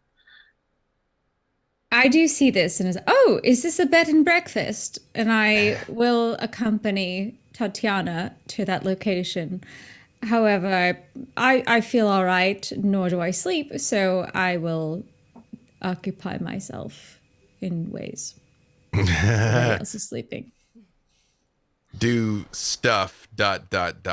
Yes. Del Munster is a not insignificant town. Again, you all noticed there was about 25 or so people that lived here. You think the town could probably sustain 100 or more. It is not clear to you if were they gone because the podlings killed them, or these repeated undead attacks that you've heard many people mention. Have they just died in the conflict? Hard to say. Little column B. Little from column A, little from column B. Yep. No sign of horses or stables? No sign of any other living things that aren't plants. What about the river? There was a river on the map. Is there a boat in docks? So let me pull up my own map of Falkovnia that I gave you. There is a boat in there. However, it would be possible to take the boat over towards Leskar, but it would probably be much longer than walking.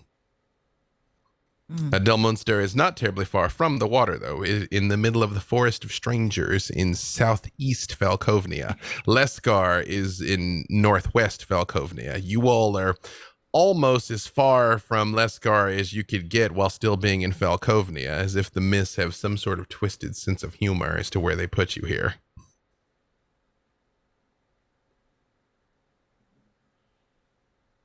But yes, there are boats. It would just be a longer form of travel. I suggest that if we were to spend the night, we should barricade the house. If that thing was the only force keeping the undead at bay, we may have visitors tonight. I completely forgot about undead. That is unfortunate. Yes. I agree, but I side-eye. Oh, you're fine. We're worried about the ones out there. No offense, Mint. You know, the brainless kind. The zombies. You are very smart, beautiful undead. It is different. And you're only undead-ish. I mean, you don't quite read as all the way undead. That's right, you're not, you know? Yes, I would say I have my wits about me, yes. Yeah, okay. I'm going to find heavy things to place in front of door. Is everyone in I shall Sounds smart. Yeah, I shall help you find heavy things. There's lots of Although furniture. I can't lift them. Yeah. There's lots of furniture. It is easy to move armoires in front of the windows, move couches in front of the doors. You feel like anything either would have difficulty forcing its way through, or at least you would have some warning before it did. It feels strange. I have never been afraid of something coming to me. Mostly other things are afraid of me coming to them, you know? They say Oh, whoever's helping. Tatiana, you are still fearless. It's just a matter of precaution. It's more about protecting everyone else. Yes, exactly. If there's still a little time before sunset, Brother Uriah will get some help from the others, obviously, but get the bodies that are in town. That you said about a dozen or so bodies. Mm-hmm. Create a funeral pile, burn the bodies, obviously giving them the proper funeral rites. Do you also intend to burn the ones that were in the forest? Again, it's only maybe like a 15-minute walk. Like, it would take a little doing or set 2 fires, but I mean, you would have time if that were your intent. Yes, I think that's probably wise. Okay, absolutely. You hearken unto what? Give me just a hint of what kind of words to Ezra does Brother Uriah say as he commits these bodies to the flames? Well, these are not necessarily worshippers of Ezra, so he's not sort of, I'm baptizing you after death or anything like that. He's essentially saying a prayer, watch over them, guide them to their destinations, even though he knows that they were probably dead long before. But now their bodies are being put to rest. You notice their bodies go up very quickly, like they're more kindling at this point than people. And they burn very quickly. And all of you, being warriors, having traveled long and far, are quite familiar with the smell of burning flesh. They don't smell like that. It smells more like burning leaves when they all go up. This kind of nice smell. Not what I expect. Pleasant. Yes, it's sort of like patchouli. Patchouli. Yes. Does anyone do anything else before you all barricade in for the night? I don't think that there's much I'm capable of currently at 1 HP. I think that I'm just bleeding all over the nice bed. Not bleeding. Your wounds have been bound, so Hey, hopefully. there we go. Yes. that last hit point is the only one that matters anyway. I would like to find some sort of polish in this fancy house and polish all of my weapons. Is so Perfect. much muck and acid ruins the shine. Yes, Finn. Finn actually seeks out Desmond. Mm-hmm. And, while for a while she's still in this form, she just kind of like comes over and sits next to him. Good work out there. Kind of died soon. Not as much as I would have liked, but same. I was almost plant food. I ate a little bit of plant when I finished it off. So yeah, hopefully that was payback. I don't think you're supposed to eat it, Desmond. I only have so much control when I go that Fair. high, right? Like a wolf would be pissed off at a thing after he took it down as well. Just like maybe bite it, like an extra bite for no reason. Also, this is new. Nice wings. She actually extends a wing out, so if Desmond actually wants to check them out. Oh, that is fancy. Desmond, the number one thing you notice is it's real. When you touch it, it's physical. This is not an illusion. It doesn't look like she's got wings. She has wings. Desmond didn't doubt that for a second. So he was just like, okay, so we got more people with wings now. All right, cool. As somebody who can turn into a wolf kind of at will, he's had it long enough. He understands when people can add things or not necessarily add them or hide them. Like he's not really sure how that works. So in his mind, he's just blown away and it's like, so were these there all the time, or was that just a thing you just decided to make happen? Like, how does that work? They're there all the time. They just come out in times of great need. And I think being near death and wanting to save some of you was great need. I agree. And also, yeah. So do you just like bind them? Or is it just like I'm curious, like I go full wolf when I'm pissed off. That's really how I kind of show up to party. It's like, oh, am I extra pissed? Perfect. And then I just, dog out a little bit. But that's she just smiles and steps back, and she actually like makes kind of a show of it as much as she can and pulls her wings in, and as they kind of coalesce back, they form a part of her coat. Now that is cool as shit. Excuse my American or whatever. Excuse my Falkovnia. Just that is awesome. Your Falcovnia would be yeah, that's cool. That's cool. Das ist gut. One of them springs to life. Yeah, they're good. The wings. Yeah, that's very good. Yeah, right. Yeah. We were hoping to get access to those, but no. Now we are ashes. We are the plant food. It's ironic death. Yeah. So she just goes, you spend enough time with the carnival and with its soul, you learn some tricks and you learn how to manage those darker sides of yourself, as I'm sure you know. Oh, I know that well. And speaking of the darker sides of yourself, I have what may be a weird question for you, or request. I just asked you about your wings. Like, you can ask me whatever you want.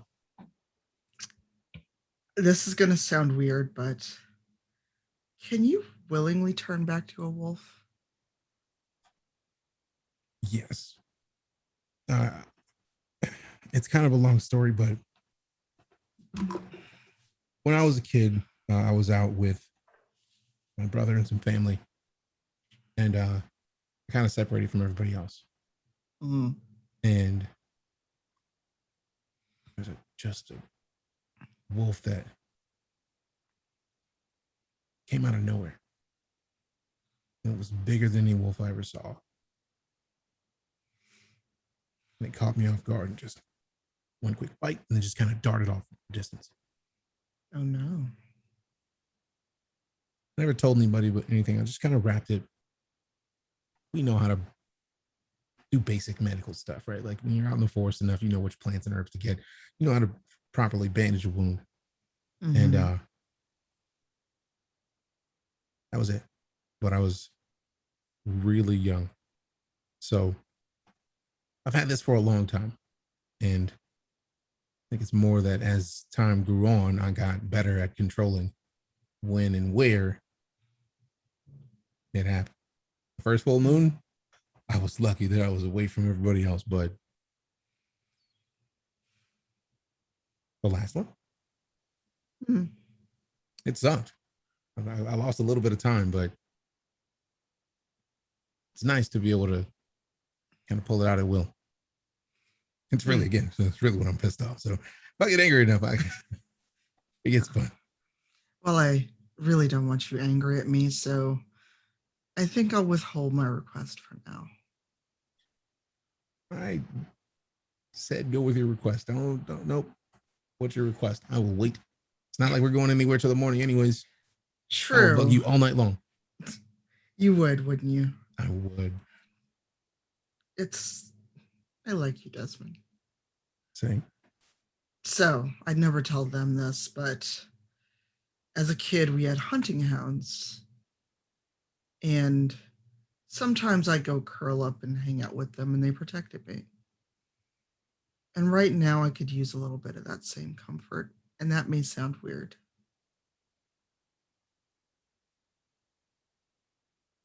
I don't know if I could keep it all night. That's fine, just until I fell asleep. He kind of looks down and grabs his father's pendant that gave him to him. He kind of squeezes it tight enough to kind of feel the tooth bite into his hand. He's just like, Give me a minute. Only if you can. I don't want to hurt you, Desmond. Well, hurt's not the word. It's more, I'm not pissed off right now, so I gotta get into the mood. So, I mean, I could bite you. What? I could bite you. Wouldn't that make you angry? I don't know if that would count. That'd just be more confusion. Because her teeth are still down. The wings are the only thing that went in. Principle of the thing. So he kind of just like squeezes it again. And just like slowly, like way slower than when they were in the field, just kind of changes and then just sits on the couch. And just looks and just. Can Desmond talk as a wolf? No. Okay. So Fen comes over and curls up. And actually, like, she feels a little weird about it, but she's really grateful that Desmond did this. And so she starts like giving him head pats and scratches under the chin. And at first he's just and then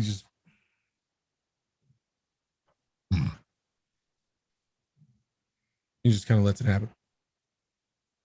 And Fen keeps doing that until she falls asleep, feeling safe and comfortable with her friend. I know that Nahara is busying herself. Is anyone else doing anything before they settle into sleep? Or rest, as it were? Yes, Brother Uriah?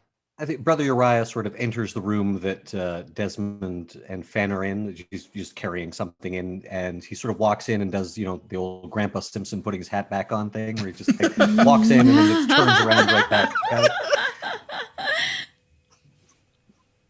Poor Brother Uriah. But yes, he's going to definitely, obviously, going to be praying for his spells before he grabs some Shaddai. And I definitely want a private moment at some point with Stuart. Perfect. Well, you're going to have plenty of time, because I don't even think you currently really need to. You didn't even expend your spells that you need to get back, did you? Or did you? Yes, I suppose you did. A few, yeah. Okay, all right. Excellent. We'll come back to that in a second. Anything from Tatiana and Valentine before you wind down? Yeah, I'd like to have if we're kind of left alone, a moment with Tatiana. Tatiana comes into the room and falls flat on the floor. She's more comfortable on floor than bed's too soft.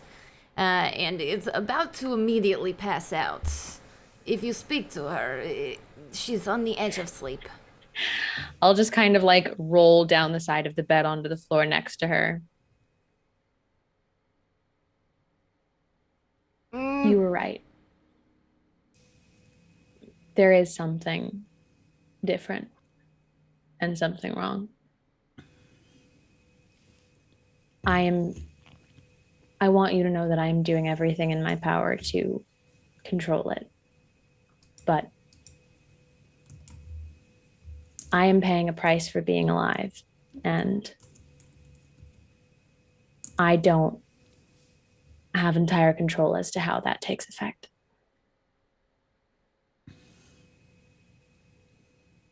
Do you need me to do anything? Can I help you in any way? I don't think there's anything to be done, but I feel like it's manageable. But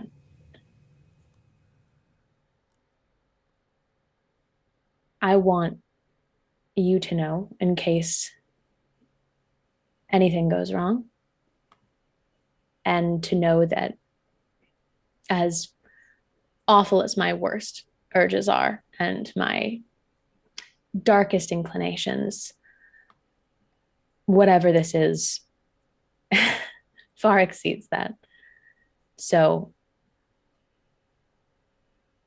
if I do something out of character, I don't want to say something bad. I would do plenty of bad things.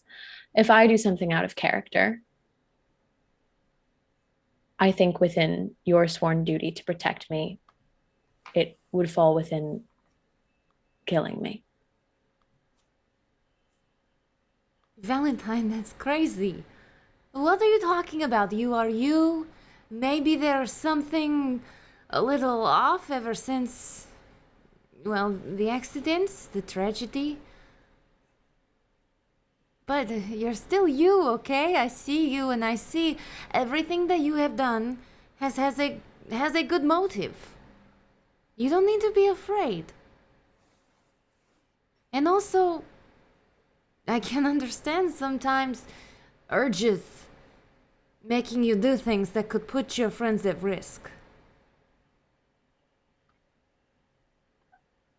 I've certainly noticed yours. Yeah, it's hard to miss. I think the axe is cursed. But Yeah, definitely. Yeah, okay. So everyone knows, or? Yeah, no, very obvious, actually. Entirely clear. Got it. So we'll do our best to stay ourselves and keep an eye on each other when we're not. Valentine, I have had to kill friends before, many friends. And I don't want to make such promises. Not again. But yes. Any consolation, I don't want you to kill me either. Okay, last resort then. Last resort. I will not let you grow to be something you hate. I would rather everyone remember you honorably. First, I'll have to get a good reputation then, I suppose. And then I'll just kind of like squeeze her hand a little and climb back up into bed. Before your head hits the pillow, you already hear Tatiana snoring.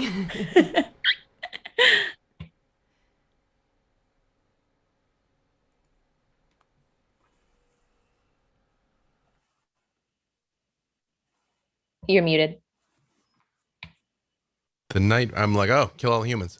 The night passes uneventfully, sleep finding all of you in time. Desmond, you there with Finn against you in your monstrous, but in some ways truest forms. Brother Uriah, when you finally are done praying and finally sleep, where and how does he do it? He'll probably try to find like a little chaise or something in the living room. He's not going to barge into the bedrooms. After walking in on a couple of his companions, he's sort of like, I'll stay here. It'll be fine. Although he does, perhaps shortly after waking up, or maybe if there's time before bedding down, he would like a word with Nahara. Absolutely. Although important point of clarification that will not come up at any point in the future. Do you pray to Ezra for guidance about what happened, about your vision, or do you keep it to yourself? Oh, well, obviously, there are no secrets between him and Ezra, in his opinion. So, yeah, he definitely prays to Ezra for guidance regarding that. Though, again, from his perspective, the king that has ruled his country for his entire life suddenly appeared to him, and he knows that his king is a powerful wizard. So he's more puzzled by the fact that his king's been missing for months. Mm-hmm.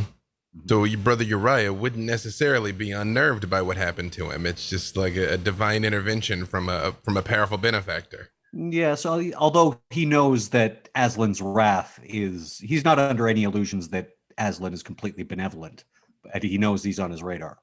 Mm-hmm. Excellent. Perfect. Again, just asking for me. Yes. Where roughly in this house would Nahara have located herself? It is we'll call it a 4-story mansion. It would look like anywhere from like a Swiss Alpine village. Lots of high rooms, lots of windows. The first floor has been barricaded, but there's plenty of places to squirrel away, up to and including in the attic.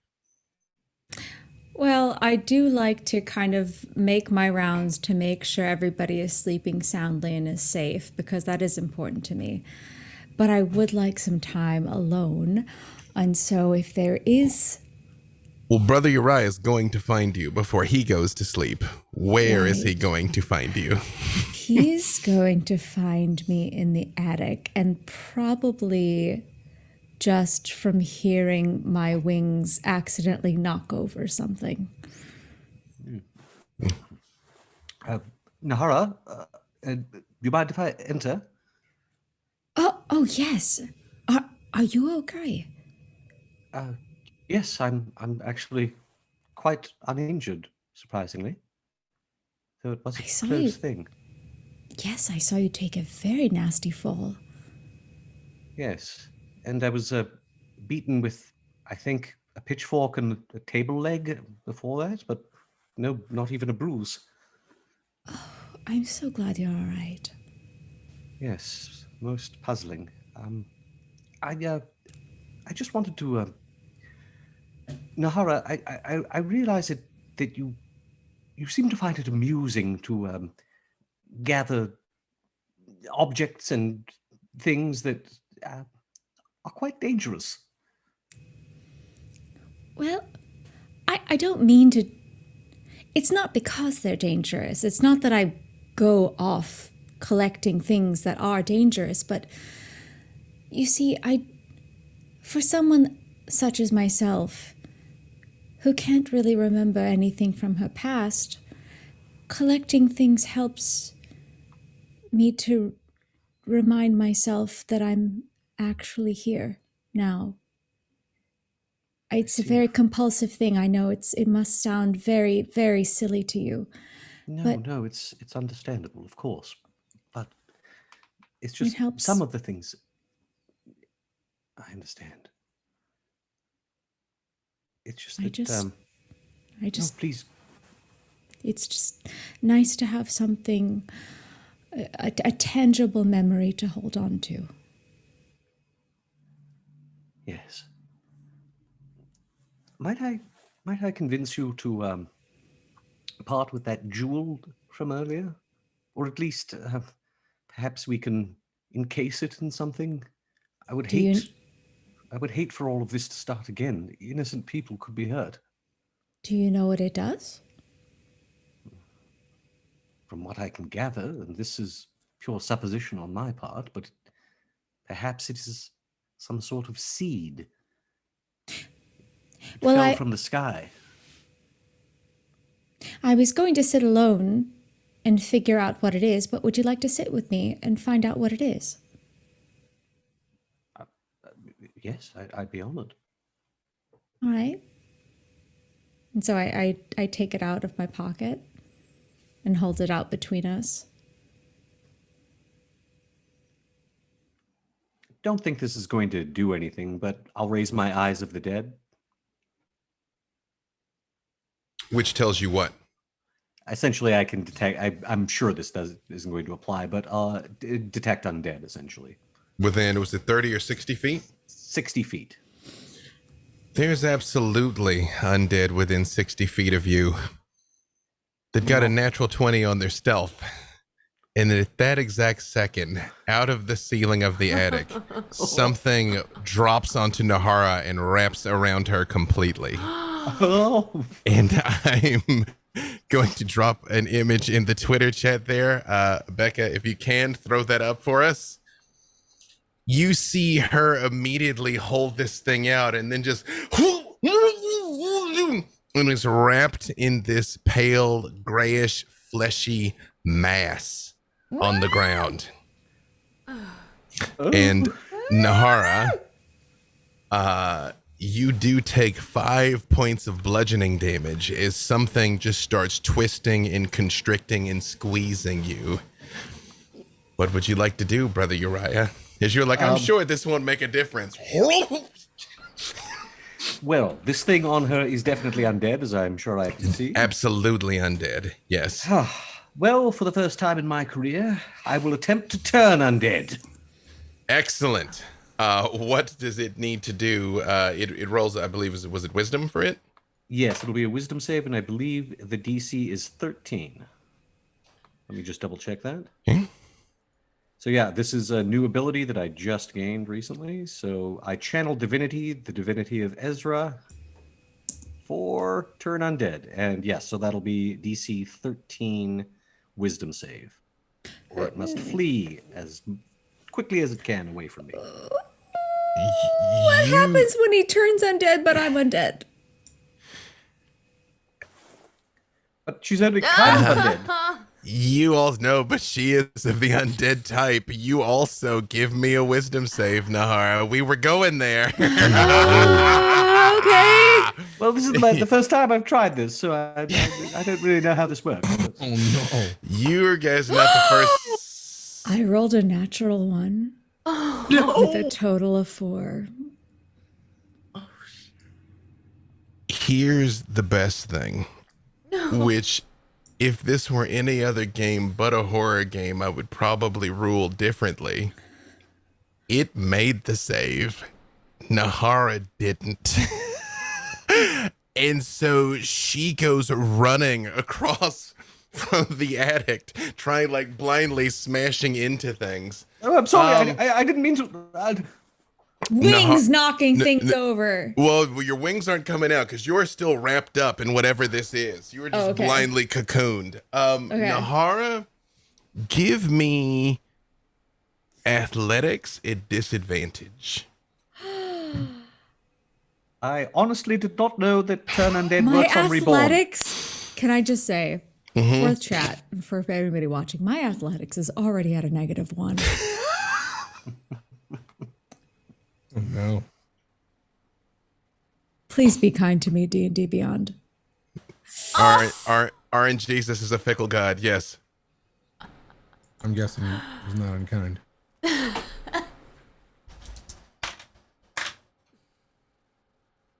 Yes. Yeah, I got a 2. Brother Uriah, you hear her muffled screams trying to get away from you. Nahara, on a primal level, you just know you have to move. And you see her run across the room and smash headfirst through the stained glass window in the attic and plummet out of the attic, where you fall and hit the ground for 8 points of damage. Can she fly? She's wrapped up. Oh, and fallen Asmars don't really have a flight speed, do they?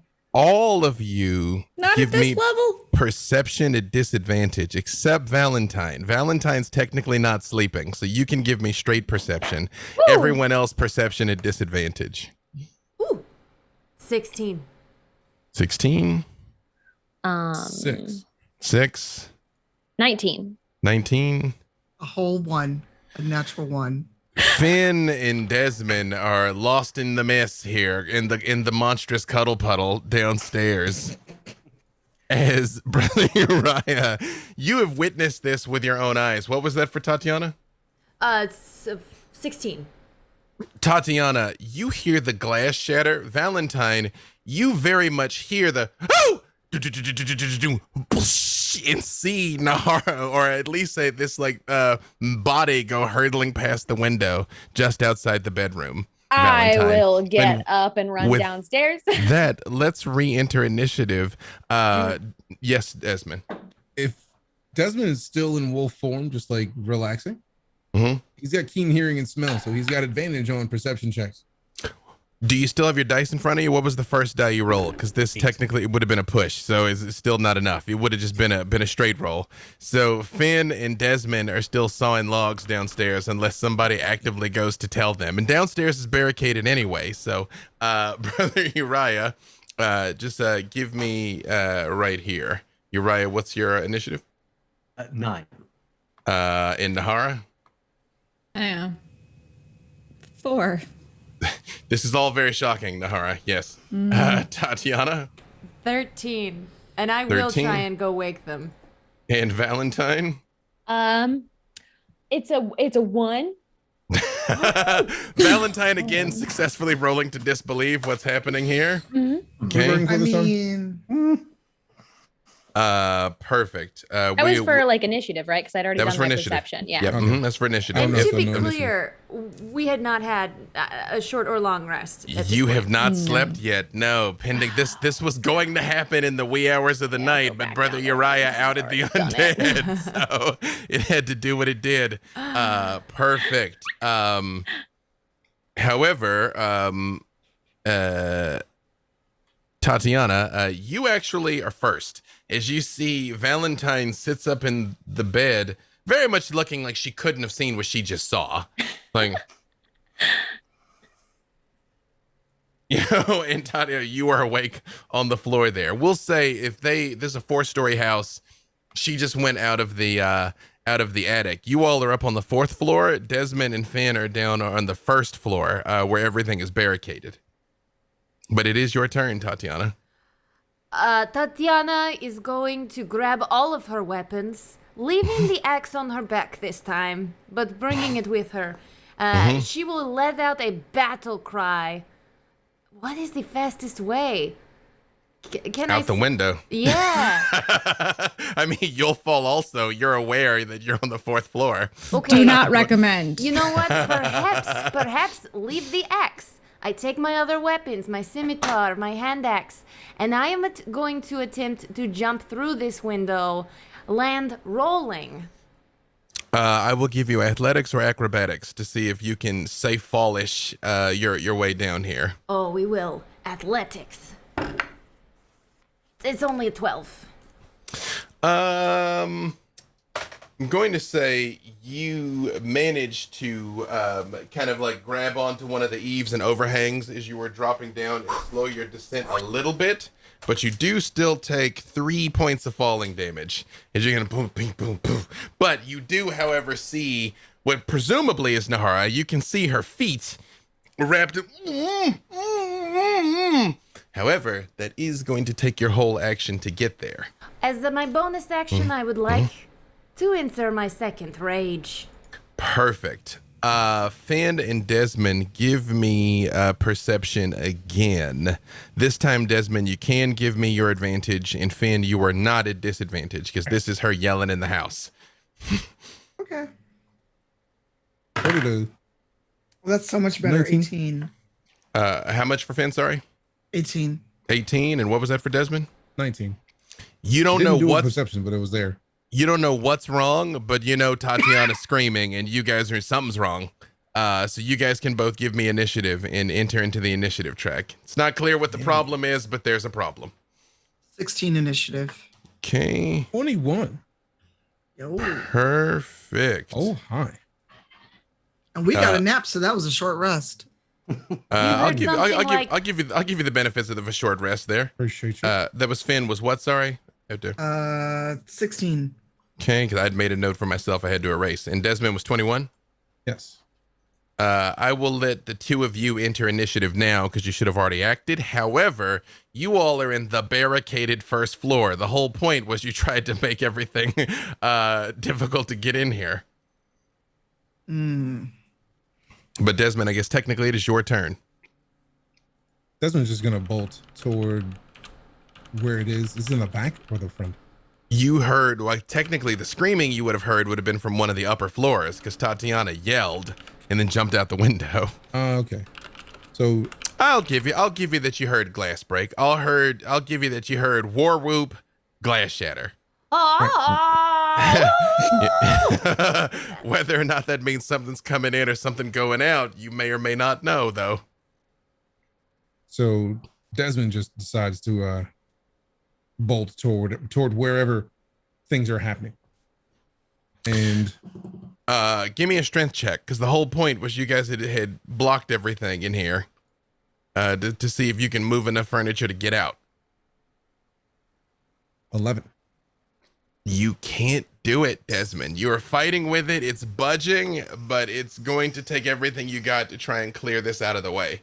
Because the whole point is you tried to barricade against an onslaught. Leap through a window. You guys blocked the windows. You said you wanted to. Yep. So you're trying to pull it out of the way. Finn, it is your turn. It is going to be you see Desmond trying to free up the door to get out. And he's very much struggling with it because it took all of you to put the furniture in the way. I will help Desmond. And then for my draconic form, I think I still have some time on it, so that gives me a little bit of a bonus. I will help Desmond. Is it a strength check or unarmed attack on whatever's blocking the door? Strength check to try and get through it. Yep. All right, I'm going to trust the digital dice. This may be a mistake. Oh, that's a saving throw. Strength, where are you? Oh my God. The dice betrayed me. I'm going to say it's going to take your whole turn doing so, but you have moved it out of the way, and the two of you will be able to make it out next turn. But between the two of you, the way is clear, but it took everything you had moving this stuff out, especially because you don't want to necessarily bust it up because you still need it to protect you. Perfect. Desmond Okay. was not fully human. Yeah. When he woke up from that. So he's still like, he's kind of just raged himself back into wolf mode. Perfect. It is, however, the creature's turn. Nahara, you just feel this cold, clammy flesh continuing to squeeze on you. Give me a strength check. So terrible of a check for me to make. Strength is not my strong suit. All right. I mean, but the dice might say different. You never know. 17. Believe it or not, that's enough, Nahara. You are able to muscle your way out of this thing and kind of like scramble back on your backside to get away, and you see exactly what looks like the image: skin with no bones, just sort of like rises up. It doesn't say anything. It doesn't make a noise. It just continues coming towards you. It will take your action to escape. You do, however, still have a bonus action. Actually, no, sorry. It's not your turn. It's its turn. You have a chance to get away on... You know what? Sorry, I apologize. I'm keeping a lot of things in order here. Yes, no. You escape on its turn, although it is its turn still. Okay. You see this basically boneless sack of skin and flesh rear up in attempts to come at you. What is your AC currently? 13. Believe it or not, the face smiled upon you. It misses wildly twice as these fleshy pseudopods are just like reaching out and grabbing at you. And you see Tatiana's coming, and you hear the furniture sliding by the front door. Like, you're aware help is on the way, but... I just have to hold on till Tatiana makes it. It may or may not get here in time, yes. Brother Uriah, you upstairs in the attic look down and can see this all transpiring. You see Nahara has shaken free, is skittering away, but it very much is coming after her on the ground. Uriah leans out the window and says, "Away from her, you foul thing! Also, I'm very sorry, Nahara." And he casts Toll the Dead on this thing. Excellent. I believe would the save is 14 for you? Wisdom. It's against wisdom. And it's 13. It does not make the save, and it is injured from having fallen out of the window along with Nahara. Okay, so that'll be a D12 for Mm-hmm. All right, D12.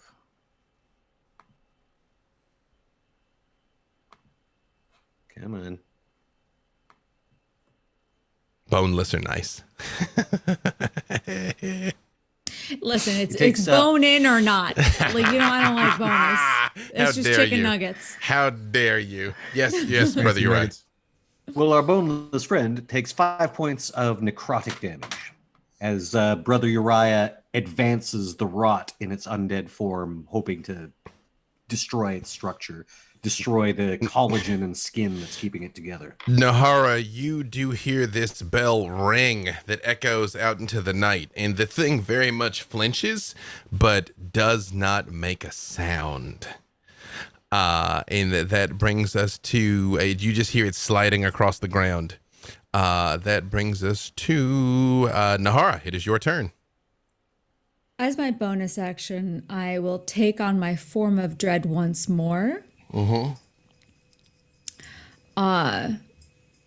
And then I will attack it with an Eldritch Blast.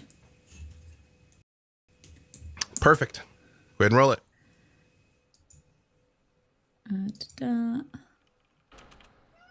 Ooh, that's a 13 to hit?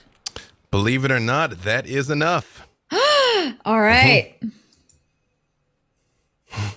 Is your lucky number. It will take 12 points of damage. Which also is exactly enough. Nahara, you hear the bell goes off and this thing is reaching for you and it rears up and your Eldritch Blast leaps to life and just punches a hole through its undead flesh, which just slides down and lays on top of you. And as you are standing there, In my form of dread. Brother Uriah, you feel relief as you see this thing kind of slump down, but then you become completely aware of the fact that was not the only one. However, that is a good place for us to stop, because far away, we do have two old friends that are catching up. But before we go, thank you to Andrew Adams. Thank you to Annabelle. Thank you for tuning in. You guys are the best. We could not do this without you. And with that being said, on with our talk. Here, high atop Castle Ravenloft, two of the most powerful necromancers in existence are bartering. Perhaps for the fate of an individual, perhaps for the fate of the entire plane.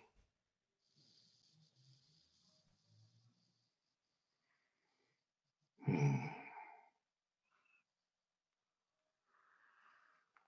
power of a single name. Substantial.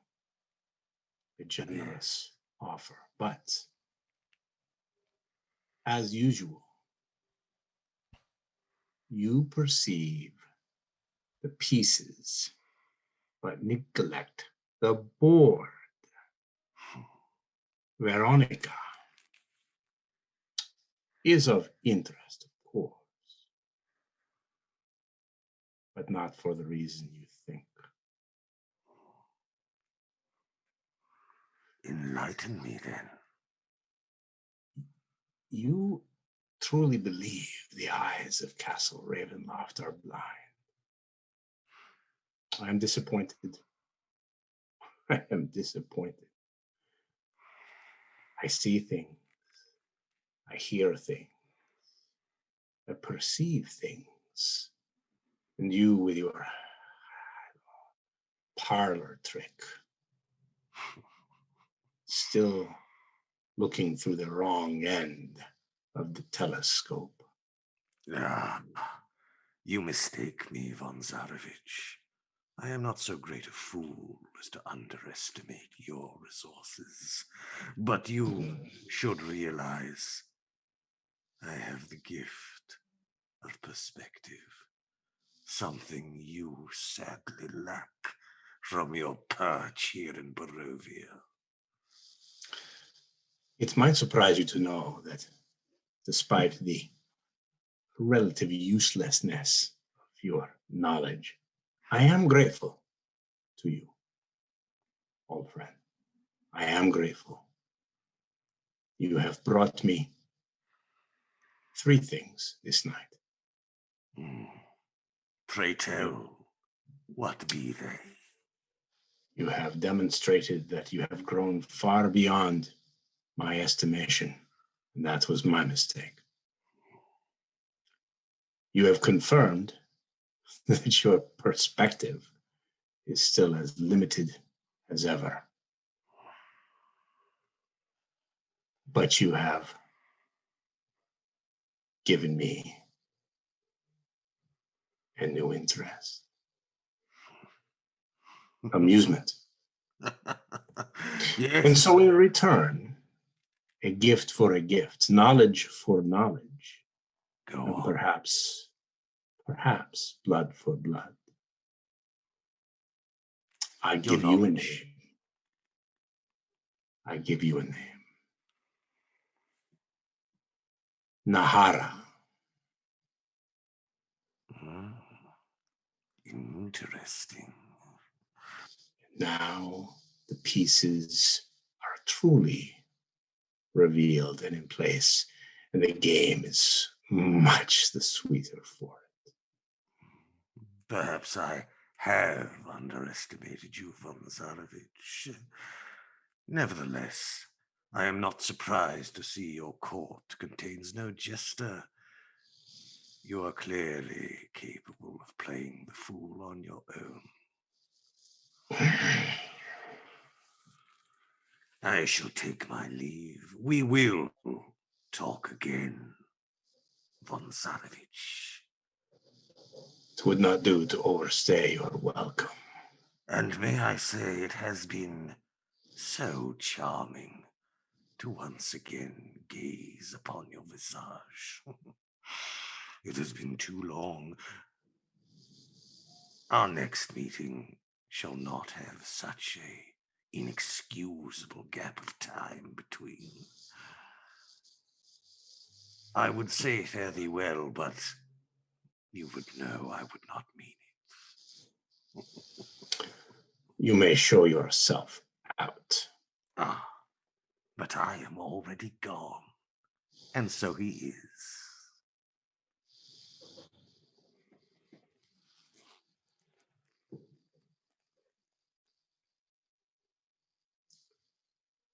Chamberlain,